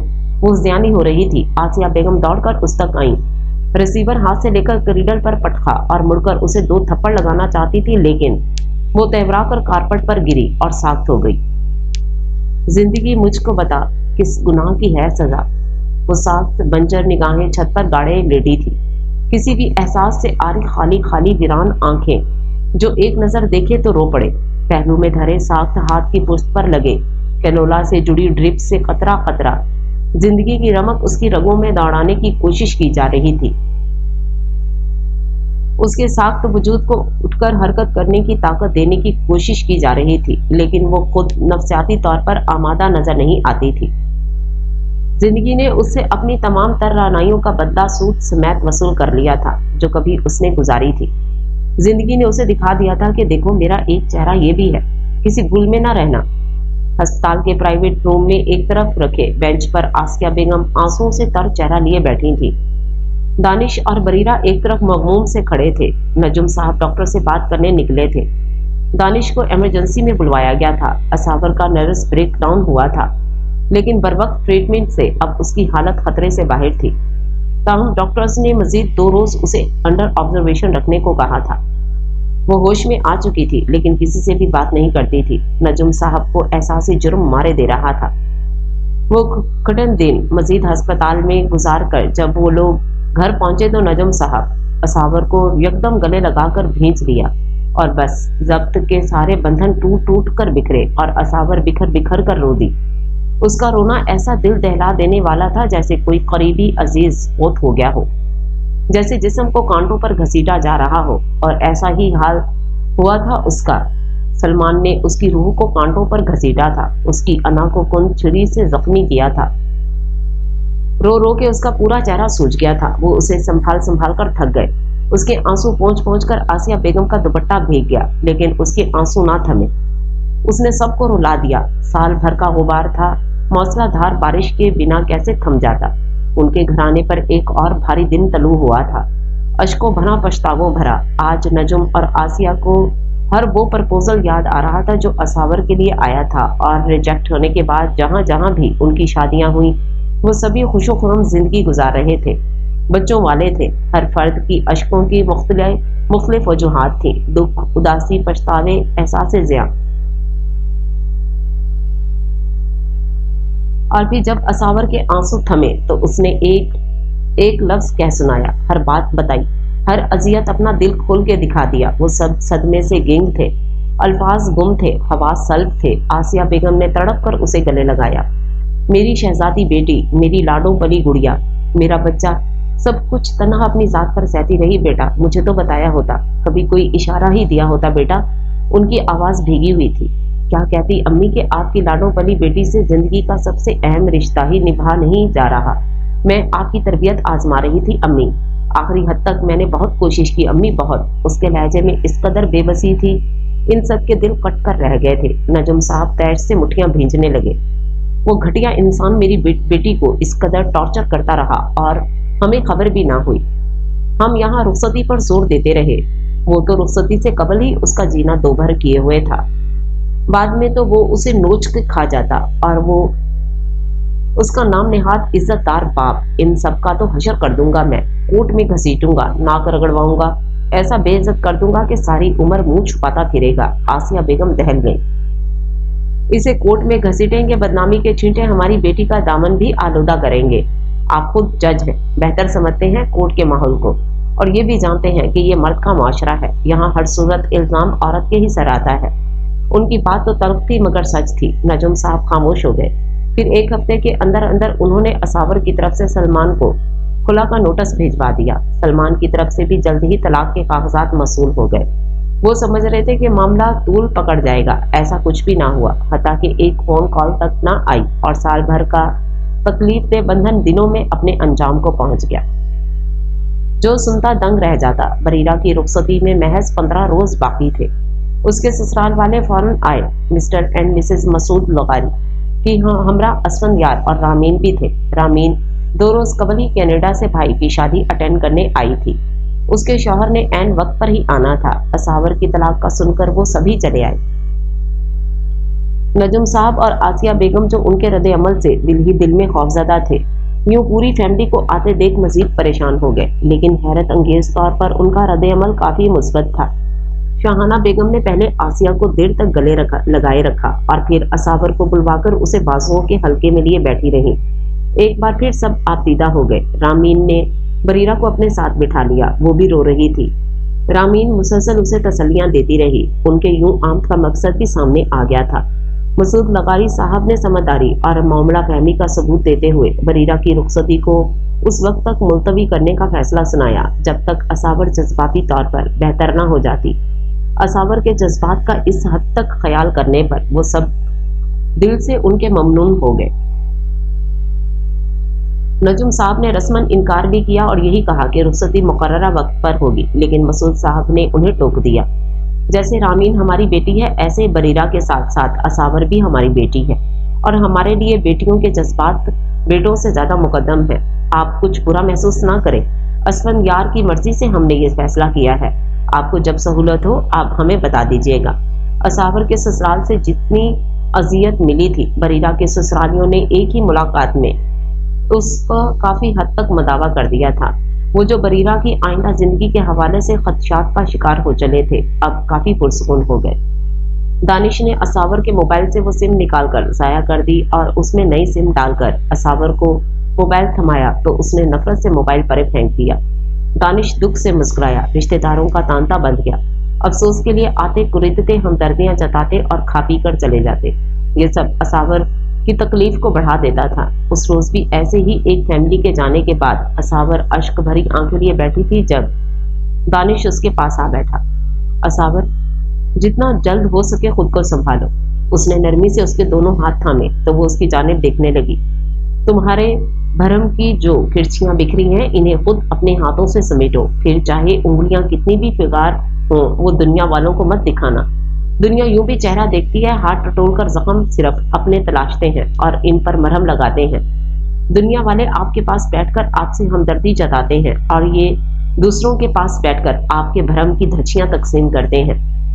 جتنی کرچیاں بکھرنی تھی بکھر گئیں، باقی سمیٹ لو۔ اس سلسلے کو اب رک جانا چاہیے۔ دنیا والے محبت جتا کر بجھی راکھ میں دبی چنگاریاں کھرچ کھرچ کر نکالتے ہیں۔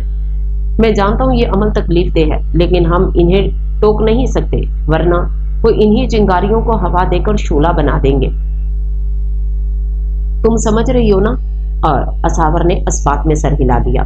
جن لوگوں نے کبھی اساور کا رشتہ مانگا تھا وہ بطور خاص آتے اور معاملہ سنکر ہمدردی جتا کر آخر میں اپنی بہوؤں کی باتیں شروع کر دیتے اور بڑھا چڑھا کر بتاتے کہ کس طرح انہوں نے اپنی بہوؤں کو ہتھیلی کا چھالا بنائے رکھا ہوا تھا۔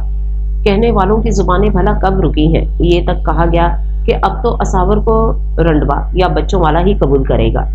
جنہوں نے بھی کبھی اساور کا رشتہ مانگا تھا ان میں سے کچھ لڑکے اب بھی کما رہے تھے، لیکن اب بھلا وہ کیوں اساور کو مانگتے؟ اور اب نجم صاحب شدت سے خواہ تھے کہ ان میں سے کوئی بھی اساور کا رشتہ ایک بار پھر مانگ لے، لیکن اپنے منہ سے کسی کو کہنا اپنا تھوکا ہوا چاٹنے کے مترادف تھا۔ وہ ساری رات اس سوچ میں جاگتے گزار دیتے کہ اب کیا ہوگا۔ انہی دنوں آسیہ بیگم کے بھائی بھابھی رؤف اور نجمہ اور چھوٹے بھائی بھابھی منور اور سلمہ نے اپنے بڑے بیٹوں علی اور اصفر کے رشتے پکے کر دیے۔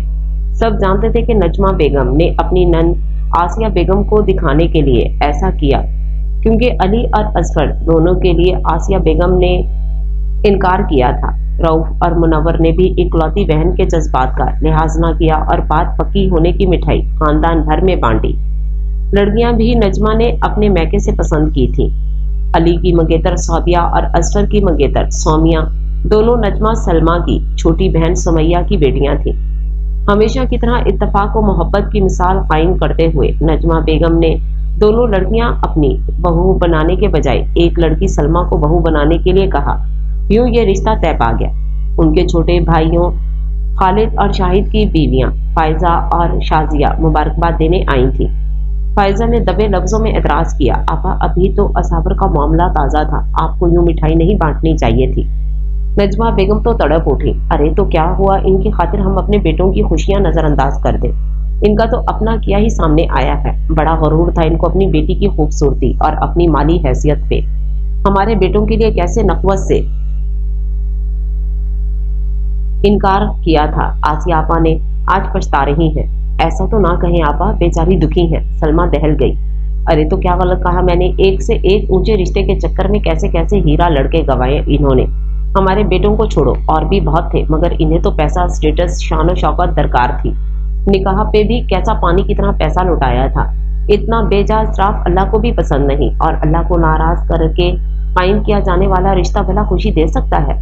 سعیدہ بھابھی کتنا صحیح کہتی تھی۔ سچ کہوں تو ہم نے ہمیشہ ہی سعیدہ بھابھی کی باتوں کا مذاق اڑایا، لیکن اب سوچوں تو احساس ہوتا ہے کہ سعیدہ بھابھی کبھی ان خرافات میں نہیں پڑی، اور دیکھ لو کتنا سکون ہے ان کے گھر میں۔ ان کی سمرا کو بہو بنا کے ہمارے گھر میں بھی وہی سکون اتر آئے گا۔ اس وقت تو یہ نہیں سوچا، لیکن اب آسیہ آپا کا انجام دیکھ کر سوچتی ہوں سعیدہ کا عمل بہترین تھا۔ ہمیں بھی دین کے طریقوں کو اپنا لینا چاہیے، آخر جانا تو اسی اللہ کے پاس ہے، پھر دنیا اور اس کے طور طریقوں نے تو نہیں بچاؤ کرنا ہمارا۔ نجمہ بیگم کا حرف حرف سچائی میں ڈوبا تھا۔ سعیدہ بیگم نے نہ کبھی کسی کو ٹوکا، نہ واز و نصیحت کی۔ وہ یہی کہا کرتی تھی کہ انسان کو اپنا اعمال نامہ ستھرا رکھنا چاہیے، اور آج ان کا خاموش عمل سب کو احساس دلا رہا تھا کہ کون کتنے پانی میں ہے۔ نجمہ اور سلمہ سمرا کی دفعہ چاہ رہی تھیں کہ منگنی کا اچھا سا فنکشن رکھا جائے، لیکن سعیدہ بیگم نے مخالفت کی اور مجبوراً انہیں سادگی سے انگوٹھی پہنانا پڑی۔ نجمہ بیگم سخت برگشتہ تھی، اور عین ممکن تھا کہ شادی تک یہ بدگمانی بڑھ کر نفرت میں بدل جاتی، لیکن اس سے پہلے ہی شہزاد صاحب نے رازداری کا وعدہ لے کر بہنوں کو سعیدہ کی مخالفت کی اصل وجہ بتا دی۔ سعیدہ نے منگنی کے جوڑے، ہال اور ڈنر کے خرچے اور دیگر ممکنہ خرچوں کا تخمینہ لگا کر وہ رقم نکالی، اور وہ اس سے احمد کی منگنی کے نام دیے جانے والے تحائف کی رقم الگ کر کے باقی رقم ایک مستحق لڑکی کی شادی کے لیے ادا کر آئیں۔ اللہ کی رضا کے لیے انسان ایک قدم اٹھاتا ہے تو اللہ پاک منزل کو جاتا اس کا پورا راستہ ہی سہل بنا دیتے ہیں۔ پوچھنے والے تجھے کیسے بتائیں آخر، پوچھنے والے تجھے کیسے بتائیں آخر دکھ، عبارت تو نہیں جو تجھے لکھ کر بھیجے، یہ کہانی بھی نہیں ہے کہ سنائیں تجھ کو، نہ کوئی بات ہی ایسی کہ بتائیں تجھ کو، زخم ہو تو تیرے ناخن کے حوالے کر دیں، آئینہ بھی تو نہیں ہے کہ دکھائیں تجھ کو، یہ کوئی راز نہیں جس کو چھپائیں تو وہ راز کبھی چہرے کبھی آنکھوں سے چھلک جاتا ہے، جیسے آنچل کو سنبھالے کوئی اور تیز ہوا، جب بھی چلتی ہے تو شانوں سے ڈھلک جاتا ہے۔ اب تجھے کیسے بتائیں کہ ہمیں دکھ کیا ہے؟ لوگ بہت کچھ کہہ رہے تھے اور وہ سنتا تھا، اور دل دکھ کی اتھاہ گہرائیوں میں ڈوب جاتا تھا۔ وہ وہی رات تھی، بالکل وہی رات جب اس کے وجود پر بے معنی سی اداسی چھائی تھی، جب اس کا دل دکھ کی قہر میں لپٹا ہوا تھا، کرلا رہا تھا اور وہ اپنے دل کی ٹیلی پیتھی کے رموز سمجھ نہیں پا رہا تھا۔ وہی رات تھی جو اس کی محبت پر بھاری گزری تھی۔ اسی رات وہ نروس بریک ڈاؤن کا شکار ہو کر ہسپتال جا پہنچی تھی۔ کیا گزری تھی اس کے نازک دل پر، وہ چاہ کر بھی جان نہیں سکتا تھا۔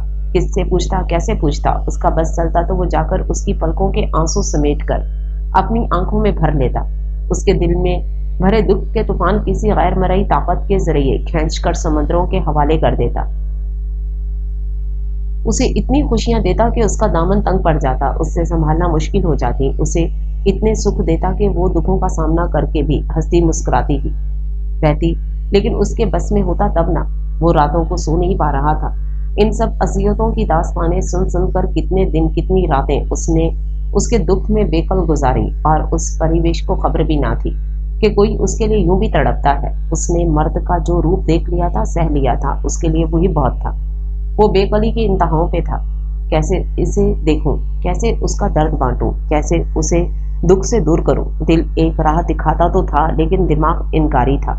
وہ سمجھے کہ میں اس پر ترس کھا رہا ہوں، وہ اپنی ہی تجاویز رد کرتا تھا۔ 3 سیڑھی اوپر کھڑی بطخ اپنے درجن بھر بچوں کو اپنے تک پہنچنے کے لیے سیڑھیاں پھلانگنے کی لگن میں مگن دیکھ رہی تھی۔ بچے چھلانگ مارتے پھر لڑک جاتے اور پھر اٹھتے، پھر اچھلتے اور پھر گرتے۔ بطخ کسی قسم کی مدد کرنے کے موڈ میں نہ تھی۔ بطخیں یوں ہی اپنے بچوں کی تربیت کرتی ہیں، خود اپنے زورے بازو پر کوشش کر کے ہدف تک پہنچنا ہے، خواہ ہزاروں بار گرنا پڑے۔ یہ مت کہو خدا سے میری مشکل بڑی ہے، یہ مت کہو خدا سے میری مشکل بڑی ہے، یہ مشکلوں سے کہہ دو میرا خدا بڑا ہے۔ اصاور لیپ ٹاپ کی اسکرین پر نظریں جمائے پلک جھپکے بنا وہ ویڈیو دیکھ رہی تھی جو دانش نے اس کے فیس بک ٹائم لائن پر اسے ٹیگ کر کے شیئر کی تھی۔ آتی ہیں آندیاں تو کر ان کا خیر مقدم، طوفان سے ہی تو لڑنے خدا نے تجھے گھڑا ہے۔ بطخ کے بچے ایک ایک کر کے سیڑھیاں پھلانگتے جا رہے تھے اور اوپر چڑھتے جا رہے تھے۔ جیسے جیسے ہر بچہ سیڑھی چڑھتا، ویسے ویسے اصاور کی آنکھوں سے بہتی لڑیوں میں روانی آتی۔ آسیہ بیگم اسے کھانے کے لیے بلانے آئی تھی، اور پھر وہ بھی اسکرین پر چلتا منظر دیکھ کر پس منظر میں چلتے گیت کو سن کر ٹھہر گئیں۔ دونوں کے دلوں پر یہ گیت ایک سا اثر کر رہا تھا۔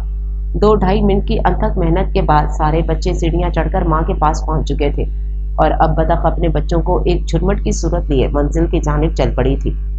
ویڈیو کلپ ختم ہوا، آسیہ بیگم کی مہویت ٹوٹی تو وہ آگے آئیں۔ اصاور کی ان کی طرف پشت تھی، اس کے کندھے پر ہاتھ رکھ کر وہ آگے ہوئیں تو دل دکھ سے بھر گیا۔ اصاور کی قسمت میں اب صرف رونا ہی رہ گیا تھا شاید، لیکن اصاور کی آنکھوں میں آنسوؤں کے ساتھ ساتھ کچھ اور بھی تھا، کوئی نئی امید، کوئی بے دار ہوتا حوصلہ، کوئی عزم۔ آسیہ بیگم کو قدرے ڈھارس ہوئی، اور پھر جب اصاور کے مسئلے پر لوگوں کے تبادلہ خیال میں تقریباً خاتمہ ہو گیا، اڑتی اڑتی دھول بیٹھنے لگی، غم کی موجیں تھمنے لگیں، تب سعیدہ بیگم نے ان کے گھر جانے کا قصد کیا۔ آسیہ بیگم نے کئی بار سوچا اور نجم صاحب سے ڈسکس بھی کیا تھا کہ سعیدہ افسوس کے لیے نہیں آئی تھیں۔ لوگوں کی آمد و رفت اور ہمدردی کی آڑ میں تانوں تشنوں سے مغموم اور کبیدہ خاطر ہونے کے باوجود سعیدہ کا نہ آنا انہیں چبھ رہا تھا۔ دل میں کہیں یہ خیال بھی ابھرتا تھا کہ عمر کے رشتے سے بھی انہوں نے انکار کیا تھا، شاید اس لیے سعیدہ اب دل میں خوش ہوں گی اور آئیں گی بھی نہیں، لیکن کہیں نہ کہیں دل کے کسی کونے سے اپنی ہی سوچ کی تردید بھی ابھرتی تھی۔ عمر کے رشتے سے انکار کے باوجود سعیدہ کے خلوص و محبت میں ذرا بھر بھی کمی نہ آئی تھی۔ پھر اب وہ کیسے بدگمانی پال لیتی، لیکن دل ہی تو ہے۔ پھر اس خوبصورت سی شام جب اصاور عرصے بعد اچھا سا ڈریس پہن کر کچن میں آئی اور اپنا فیورٹ کیک بیک کیا، بہت محنت سے اس پر آئسنگ کی اور بریرہ نے چائے بنائی، یہ سب لازمات لیے وہ لوگ لاؤنج میں آ کر بیٹھے ہی تھے جب سعیدہ کی آمد ہوئی۔ ان کو آتا دیکھ وہ سب ایک بار پھر ایک نئے تفصیلی انٹرویو کے لیے خود کو تیار کرتے ہوئے جذباتی اور ذہنی طور پر تناؤ کا شکار ہوئے تھے، لیکن کچھ ہی دیر بعد اس تناؤ کا شائبہ بھی محسوس نہ ہو رہا تھا، اور وجہ وہی سعیدہ کا ازلی نرم اور پرخلوص انداز۔ انہوں نے آتے ہی جوش سے پوچھا، ارے اتنا خوبصورت کیک یقیناً میری بیٹی نے بنایا ہوگا، ہے نا؟ ان کے محبت بھرے انداز پر اصاور کھل کر مسکرا دی، جی پھپھو، اور دیکھیے آپ کی قسمت کہ آپ اسے چکھنے خود آ گئی، شاید اس لیے اس کیک کو بنانے کی خواہش مجھے کچن میں کھینچ لائی تھی کہ آج میری پیاری پھپھو آنے والی تھی۔ اصاور کی محبت سے کی گئی بات پر سعیدہ نے اسے گلے لگا لیا اور دیر تک گلے لگائے اسے پیار کرتی رہی۔ ان کے اس پیار میں ہی ان کا دکھ اور اس کو دی جانے والی تسلی ایک تھپکی اور نرم گرم آغوش کی صورت موجود تھی۔ انہوں نے بنا ایک لفظ ادا کیے اس حادثے کا خاموش افسوس بھی کر لیا تھا اور کسی کو تکلیف بھی محسوس نہیں ہونے دی تھی۔ ان کا یہی طور طریقہ جس کی بنا پر اصابر کا دل ان کی طرف کھینچتا تھا۔ وہ وہیں صوفے پر اصابر کا سر اپنی گود میں رکھے بیٹھ گئی اور ہولے ہولے اس کے ریشمی بالوں میں انگلیاں چلاتی باتیں کرنے لگی۔ روٹین کی گپ شپ چھوٹی، ہمراہ کی شرارتیں اور سمجھداریاں، پھر دانش کی جاب کا پوچھتی رہیں، بریرہ کی پڑھائی کے حوالے سے سوال کیے، سبھی کچھ تو پوچھا تھا، بس نہیں سوال کیا تھا تو بریرہ کی رخصتی کا یا اصابر کی طلاق کا۔ آج پہلی بار آسیہ بیگم کو سعیدہ سے اپنائیت سی محسوس ہو رہی تھی۔ انہوں نے بصد اصرار انہیں ڈنر پر روکا تاکہ وہ بھائی سے بھی مل سکیں۔ اس سے قبل انہوں نے کبھی سعیدہ سے ایسی محبت نہیں جتائی تھی، لیکن آج انہیں بھی شدت سے احساس ہو رہا تھا کہ سعیدہ کے طور طریقے گھٹن زدہ نہیں بلکہ گھٹن بھرے قفس میں روزن جیسے تھے۔ اصابر ان کی گود میں سر رکھے سکون سے آنکھیں موندے لیٹی ان کی باتیں سن رہی تھی۔ اس کے چہرے پر پھیلا سکون و اطمینان آسیہ بیگم کو ایک نئی خلش میں مبتلا کر گیا۔ کیا تھا جو وہ نام نہاد ماڈرنزم، نمود و نمائش اور مغرب کی اندھی تقلید پر غرق ہو کر سعیدہ کو انکار نہ کرتی، لیکن اب پچھتائے کیا ہو وہ کیسے اپنے منہ سے کہہ دیتی۔ وہ تو نجم صاحب سے بھی نہ کہہ سکتی تھی کیونکہ اس رشتے پہ وہ اتنے مخالف نہ تھے، لیکن اب صرف اور صرف پچھتاوے تھے۔ انسان پیسے کے پیچھے کتے کی طرح بھاگتا ہے، جاؤ حشمت کے لیے رال ٹپکاتا پھرتا ہے، سر پٹ دوڑتا ہے اور ان انسانوں کے پیچھے دوڑتا ہے جن کے پاس یہ دونوں چیزیں ہوں۔ نہ اس کی دوڑ ختم ہوتی ہے اور نہ ہوس، اور جب وہ ٹھوکر کھا کر منہ کے بل گرتا ہے تب اسے وہ رب یاد آتا ہے جس نے اپنے لیے ایک قدم اٹھانے پہ دوڑ کر آنے کا وعدہ کر رکھا ہے۔ دنیا کے پیچھے تو جتنا بھاگو وہ اتنا ہی آپ سے دور بھاگتی ہے اور آپ اور تیز بھاگتے ہیں۔ پھر جب آپ کو لگنے لگتا ہے کہ آپ نے دنیا کو پا لیا تبھی آپ آخری قدم پر لغزش کا شکار ہو کر ذلت سے اپنی جھولی بھر لیتے ہیں۔ اللہ پاک فرماتا ہے، مجھے چھوڑ کر دنیا میں جس چیز کے پیچھے بھاگو گے میں تمہیں اس کے ہاتھوں ہی ذلیل و خوار کر دوں گا۔ اور اگر ساری دنیا کو چھوڑ کر ہم اللہ کے پیچھے بھاگیں تو ایک توبہ، بس ایک توبہ سچی پکی والی، اور کروڑوں گناہ ایسے معدم جیسے کوئی نومولود بچہ، بے گناہ معصوم، وہ تو قیامت کے روز بھی گناہ گار بندوں کی بخشش کے لیے ڈھونڈ ڈھونڈ کر نامہ اعمال میں سے عذر نکلوائے گا۔ یہی تو فرق ہے رحمان اور انسان میں۔ اللہ پاک مہلت پہ مہلت دیتے ہیں، چانس پر چانس ہلکا سا جھٹکا دیتے ہیں، تہس نہس نہیں کرتے۔ اے میرے بندے سدھر جا، جب الہی کی جھلک دکھاتے ہیں، انسان کی ہر جائی فطرت بھی دکھاتے ہیں۔ انسان سمجھتا تو تب نہ، اتنا اعلیٰ دماغ پا کر بھی اے انسان تو سمجھتا کیوں نہیں؟ اے انسان کیوں اتنا جاہل ہے تو؟ وہ دو متکبر و مغرور اللہ کے عاجز بندے جو عاجزی بھلا بیٹھے تھے، اپنی چھوٹی سی سلطنت میں ننھے منھے فرعون بنے بیٹھے تھے، دولت اور ہوس کی بنیاد پر انسانوں کو پرکھتے تھے، آج بلک بلک کر سسک کر خانہ کعبہ کے سامنے سجدہ ریز اپنی لاڈلی بچی کی روٹھی خوشیوں کا سوال کر رہے تھے۔ انہیں آج بھی اپنی ہی غرض یاد تھی، وہ آج بھی اللہ کی خاطر نہیں آئے تھے، اپنی اولاد کی خاطر آئے تھے۔ کسی دولت اور جاؤ حشمت کی بنیاد پہ کیے جانے والے بریرہ کے رشتے سے انہیں ٹھوکر نہیں ملی تھی، اس پہ شکر گزار تھے۔ وہ ایک ہی ٹھوکر پر اوندھے منہ جا گرے تھے۔ انسان کس قدر خود غرض ہے، اللہ کے در پر کھڑا ہو کر بھی وہی دنیا مانگتا رہتا ہے جس سے ٹھوکریں کھا کر آیا ہوتا ہے، پھر بھی اللہ اسے نامراد نہیں رکھتا۔ وہ اس پر بھی بندے کو نوازتا ہے کہ دنیا کی خاطر ہی صحیح پر میرے بندے نے مجھے مشکل کشا مانا۔ 15 روز عمرے میں وہ دونوں دنیا بھلائے عبادت میں مشغول رہے، جس اولاد کی خوشیاں مانگنے آئے تھے اسے بھی بھلائے، کوئی کانٹیکٹ کیے بغیر وہ 15 دن نجم صاحب اور آسیہ بیگم نے مکمل اپنے رب کے سنگ گزارے تھے۔ اس کے غفور الرحیم نے ان کے دلوں کو کامل تقوین سے منور کر کے واپس بھیجا تھا۔ عمرے سے واپس آتے ہی انہوں نے بریرہ کے سسرال والوں کو انوائٹ کر کے رخصتی کی تاریخ دے دی تھی۔ اصابر کا معاملہ اللہ کے سپرد کر کے وہ اب باقی معاملات سدھارنا چاہتے تھے۔ تیاریاں پھر سے شروع کی گئی تھیں، گہما گہمی پھر سے جاگ اٹھی، لیکن فرق یہ تھا کہ آسیہ بیگم نے سب کچھ سادگی سے کرنے کی درخواست کی تھی، جسے شاہانہ بیگم نے فراغ دلی سے قبول کر لیا تھا۔ اصابر نے خود کو بہت جلد سنبھال کر اپنے اعصاب کی مضبوطی کا سبق قائل کر لیا تھا۔ بریرہ اس کے دکھ اور اپنی پہلے رخصتی ہونے پر قدرے بے چین تھی، لیکن باقی سب کا نارمل رویہ ہی رہا۔ उसने तहम्मुल से अपनी माँ की सारी बात सुनी थी और उनकी इल्तिजा भरी दरख्वास्त मुकम्मल होने के बाद मुकम्मल सुकून के साथ चंद जुमले कहे थे जिन्हें सुनकर वो हैरत ज़दा रह गई थी। ये तुम क्या कह रहे हो बेटा? उनकी हैरत पर वो हंसा था और फिर हंसता ही चला गया। वो चिढ़ गई। मैं संजीदा हूँ। वो भी संजीदा हो गया। मेरी प्यारी और भोली सी माँ, मैं बिल्कुल ठीक कह रहा हूँ। मैं सारी उम्र आपसे इस शादी के बारे में कभी अपनी ख्वाहिश का इजहार ना करता, क्योंकि ऐसा करके मुझे अपना आप खुद गर्ज लगता। लेकिन शायद मेरी मोहब्बत सच्ची थी, इसलिए अल्लाह ने खुद ही यह ख्याल आपके दिल में डाल दिया। अपने जज्बात में आपको ना बताता, लेकिन आपकी इल्तिजा भरे अंदाज पर मुझे खदशा हुआ कि आप सारी उम्र इस एहसास जुर्म का शिकार रहेंगी कि आपने मुझे मजबूर किया था। बस इसीलिए बता दिया। आखिर में उसका लहजा शरारती हुआ तो हैरत से उसे देखते देखते उन्होंने जोरदार धमोका उसके कंधे पर जड़ दिया। वो कराह कर रह गया। माँ से मखौलियाँ, शर्म तो ना आई ऐसे मोहब्बत का इजहार करते हुए। वो जोरदार कहका लगाकर हंसा। अच्छा अब परे हटो। उन्होंने उसे धकेला तो वो फिर से उनके आगे आया और हाथ जोड़ दिए। अब नाराज तो ना होना मेरी जान से प्यारी माँ, वो मुस्कुरा दी। अच्छा अब मुझे जाने भी दो। बरीरा की रुखसती की डेट फिक्स हो चुकी है। मुझे अभी और इसी वक्त जाना होगा ताकि कार्ड्स में असावर और तुम्हारा नाम भी शामिल हो जाए, वरना बैठे रहना। उन्होंने धमकी भरा अंदाज अपनाया तो वो भी डरने की एक्टिंग करने लगा और हाथ पकड़कर उन्हें कमरे से बाहर निकालने लगा। वो नहीं अम्मी, प्लीज आप जाइए जल्दी। हाँ हाँ, अभी तुम्हारी मन चाही बीवी घर आई नहीं और तुम मुझे घर से निकालने लगे हो। तौबा तौबा, कुर्बे क़यामत। उन्होंने जाहिल औरतों के अंदाज में गाल पीटे तो वो फिर कहका मारकर हंस पड़ा। अम्मी, वावेला वापस आकर कर लीजिएगा। मैं यहीं बैठा हूँ, कहीं नहीं जाऊंगा आपकी वापसी तक।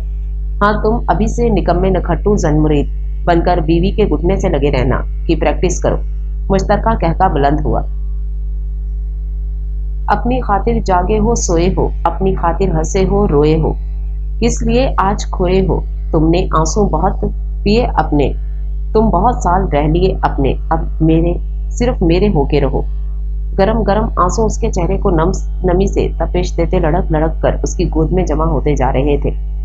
कसाफतें धुल रही थी, जंग धुल रहे थे, दिल के कासे पर नई नकोर किलई चढ़ने लगी थी।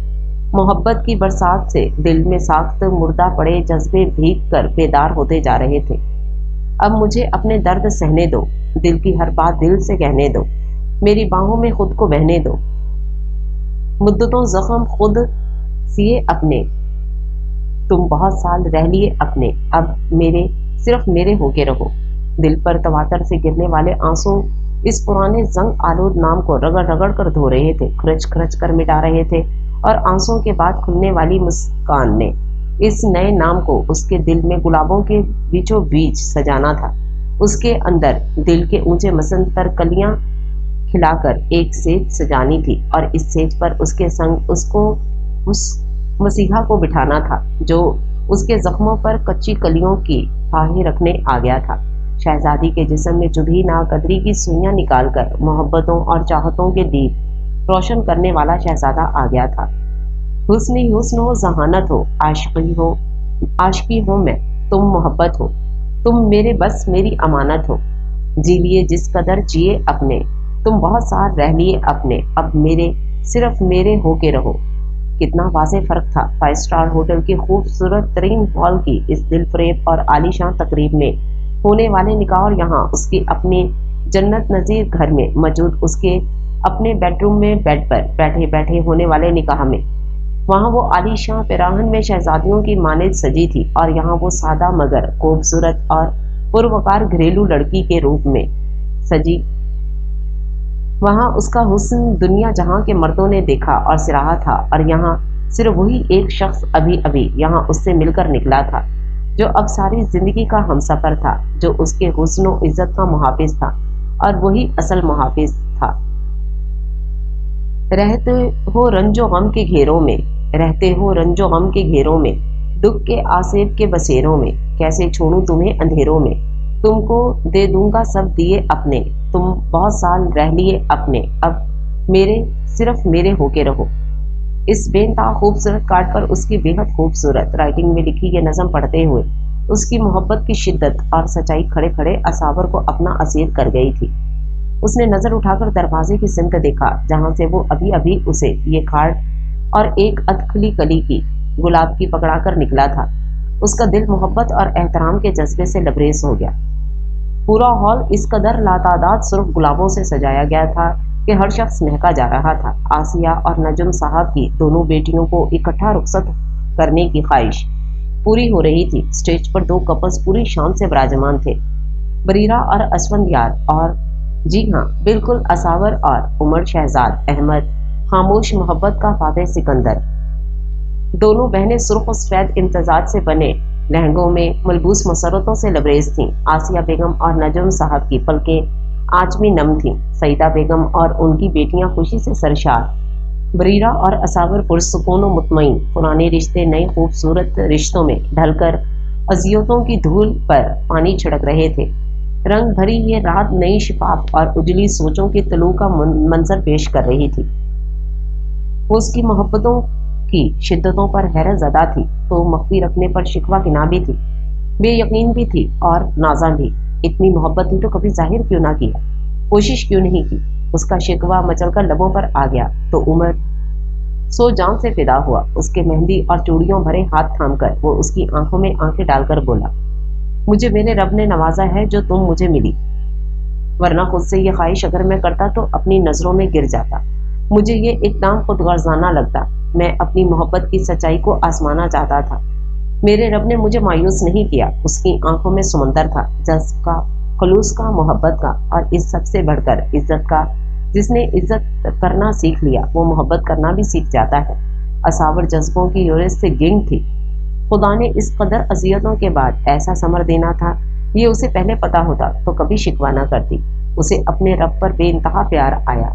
आपके कर्ब से पहले मुझे मालूम न था जिंदगी इतनी दिल आवेज भी हो सकती है। उसकी सरगोशी नुमा खूबसूरत से इजहार ने उमर को दीवाना कर दिया। असावर का दिल उमर की मोहब्बत पाके दमक उठा था। उमर का दिल असावर को पाके समर गया था। वो दोनों बने ही एक दूसरे के लिए थे। हर दिन है मोहब्बत का, हर रात मोहब्बत की। हम अहले मोहब्बत हैं, हर बात मोहब्बत की।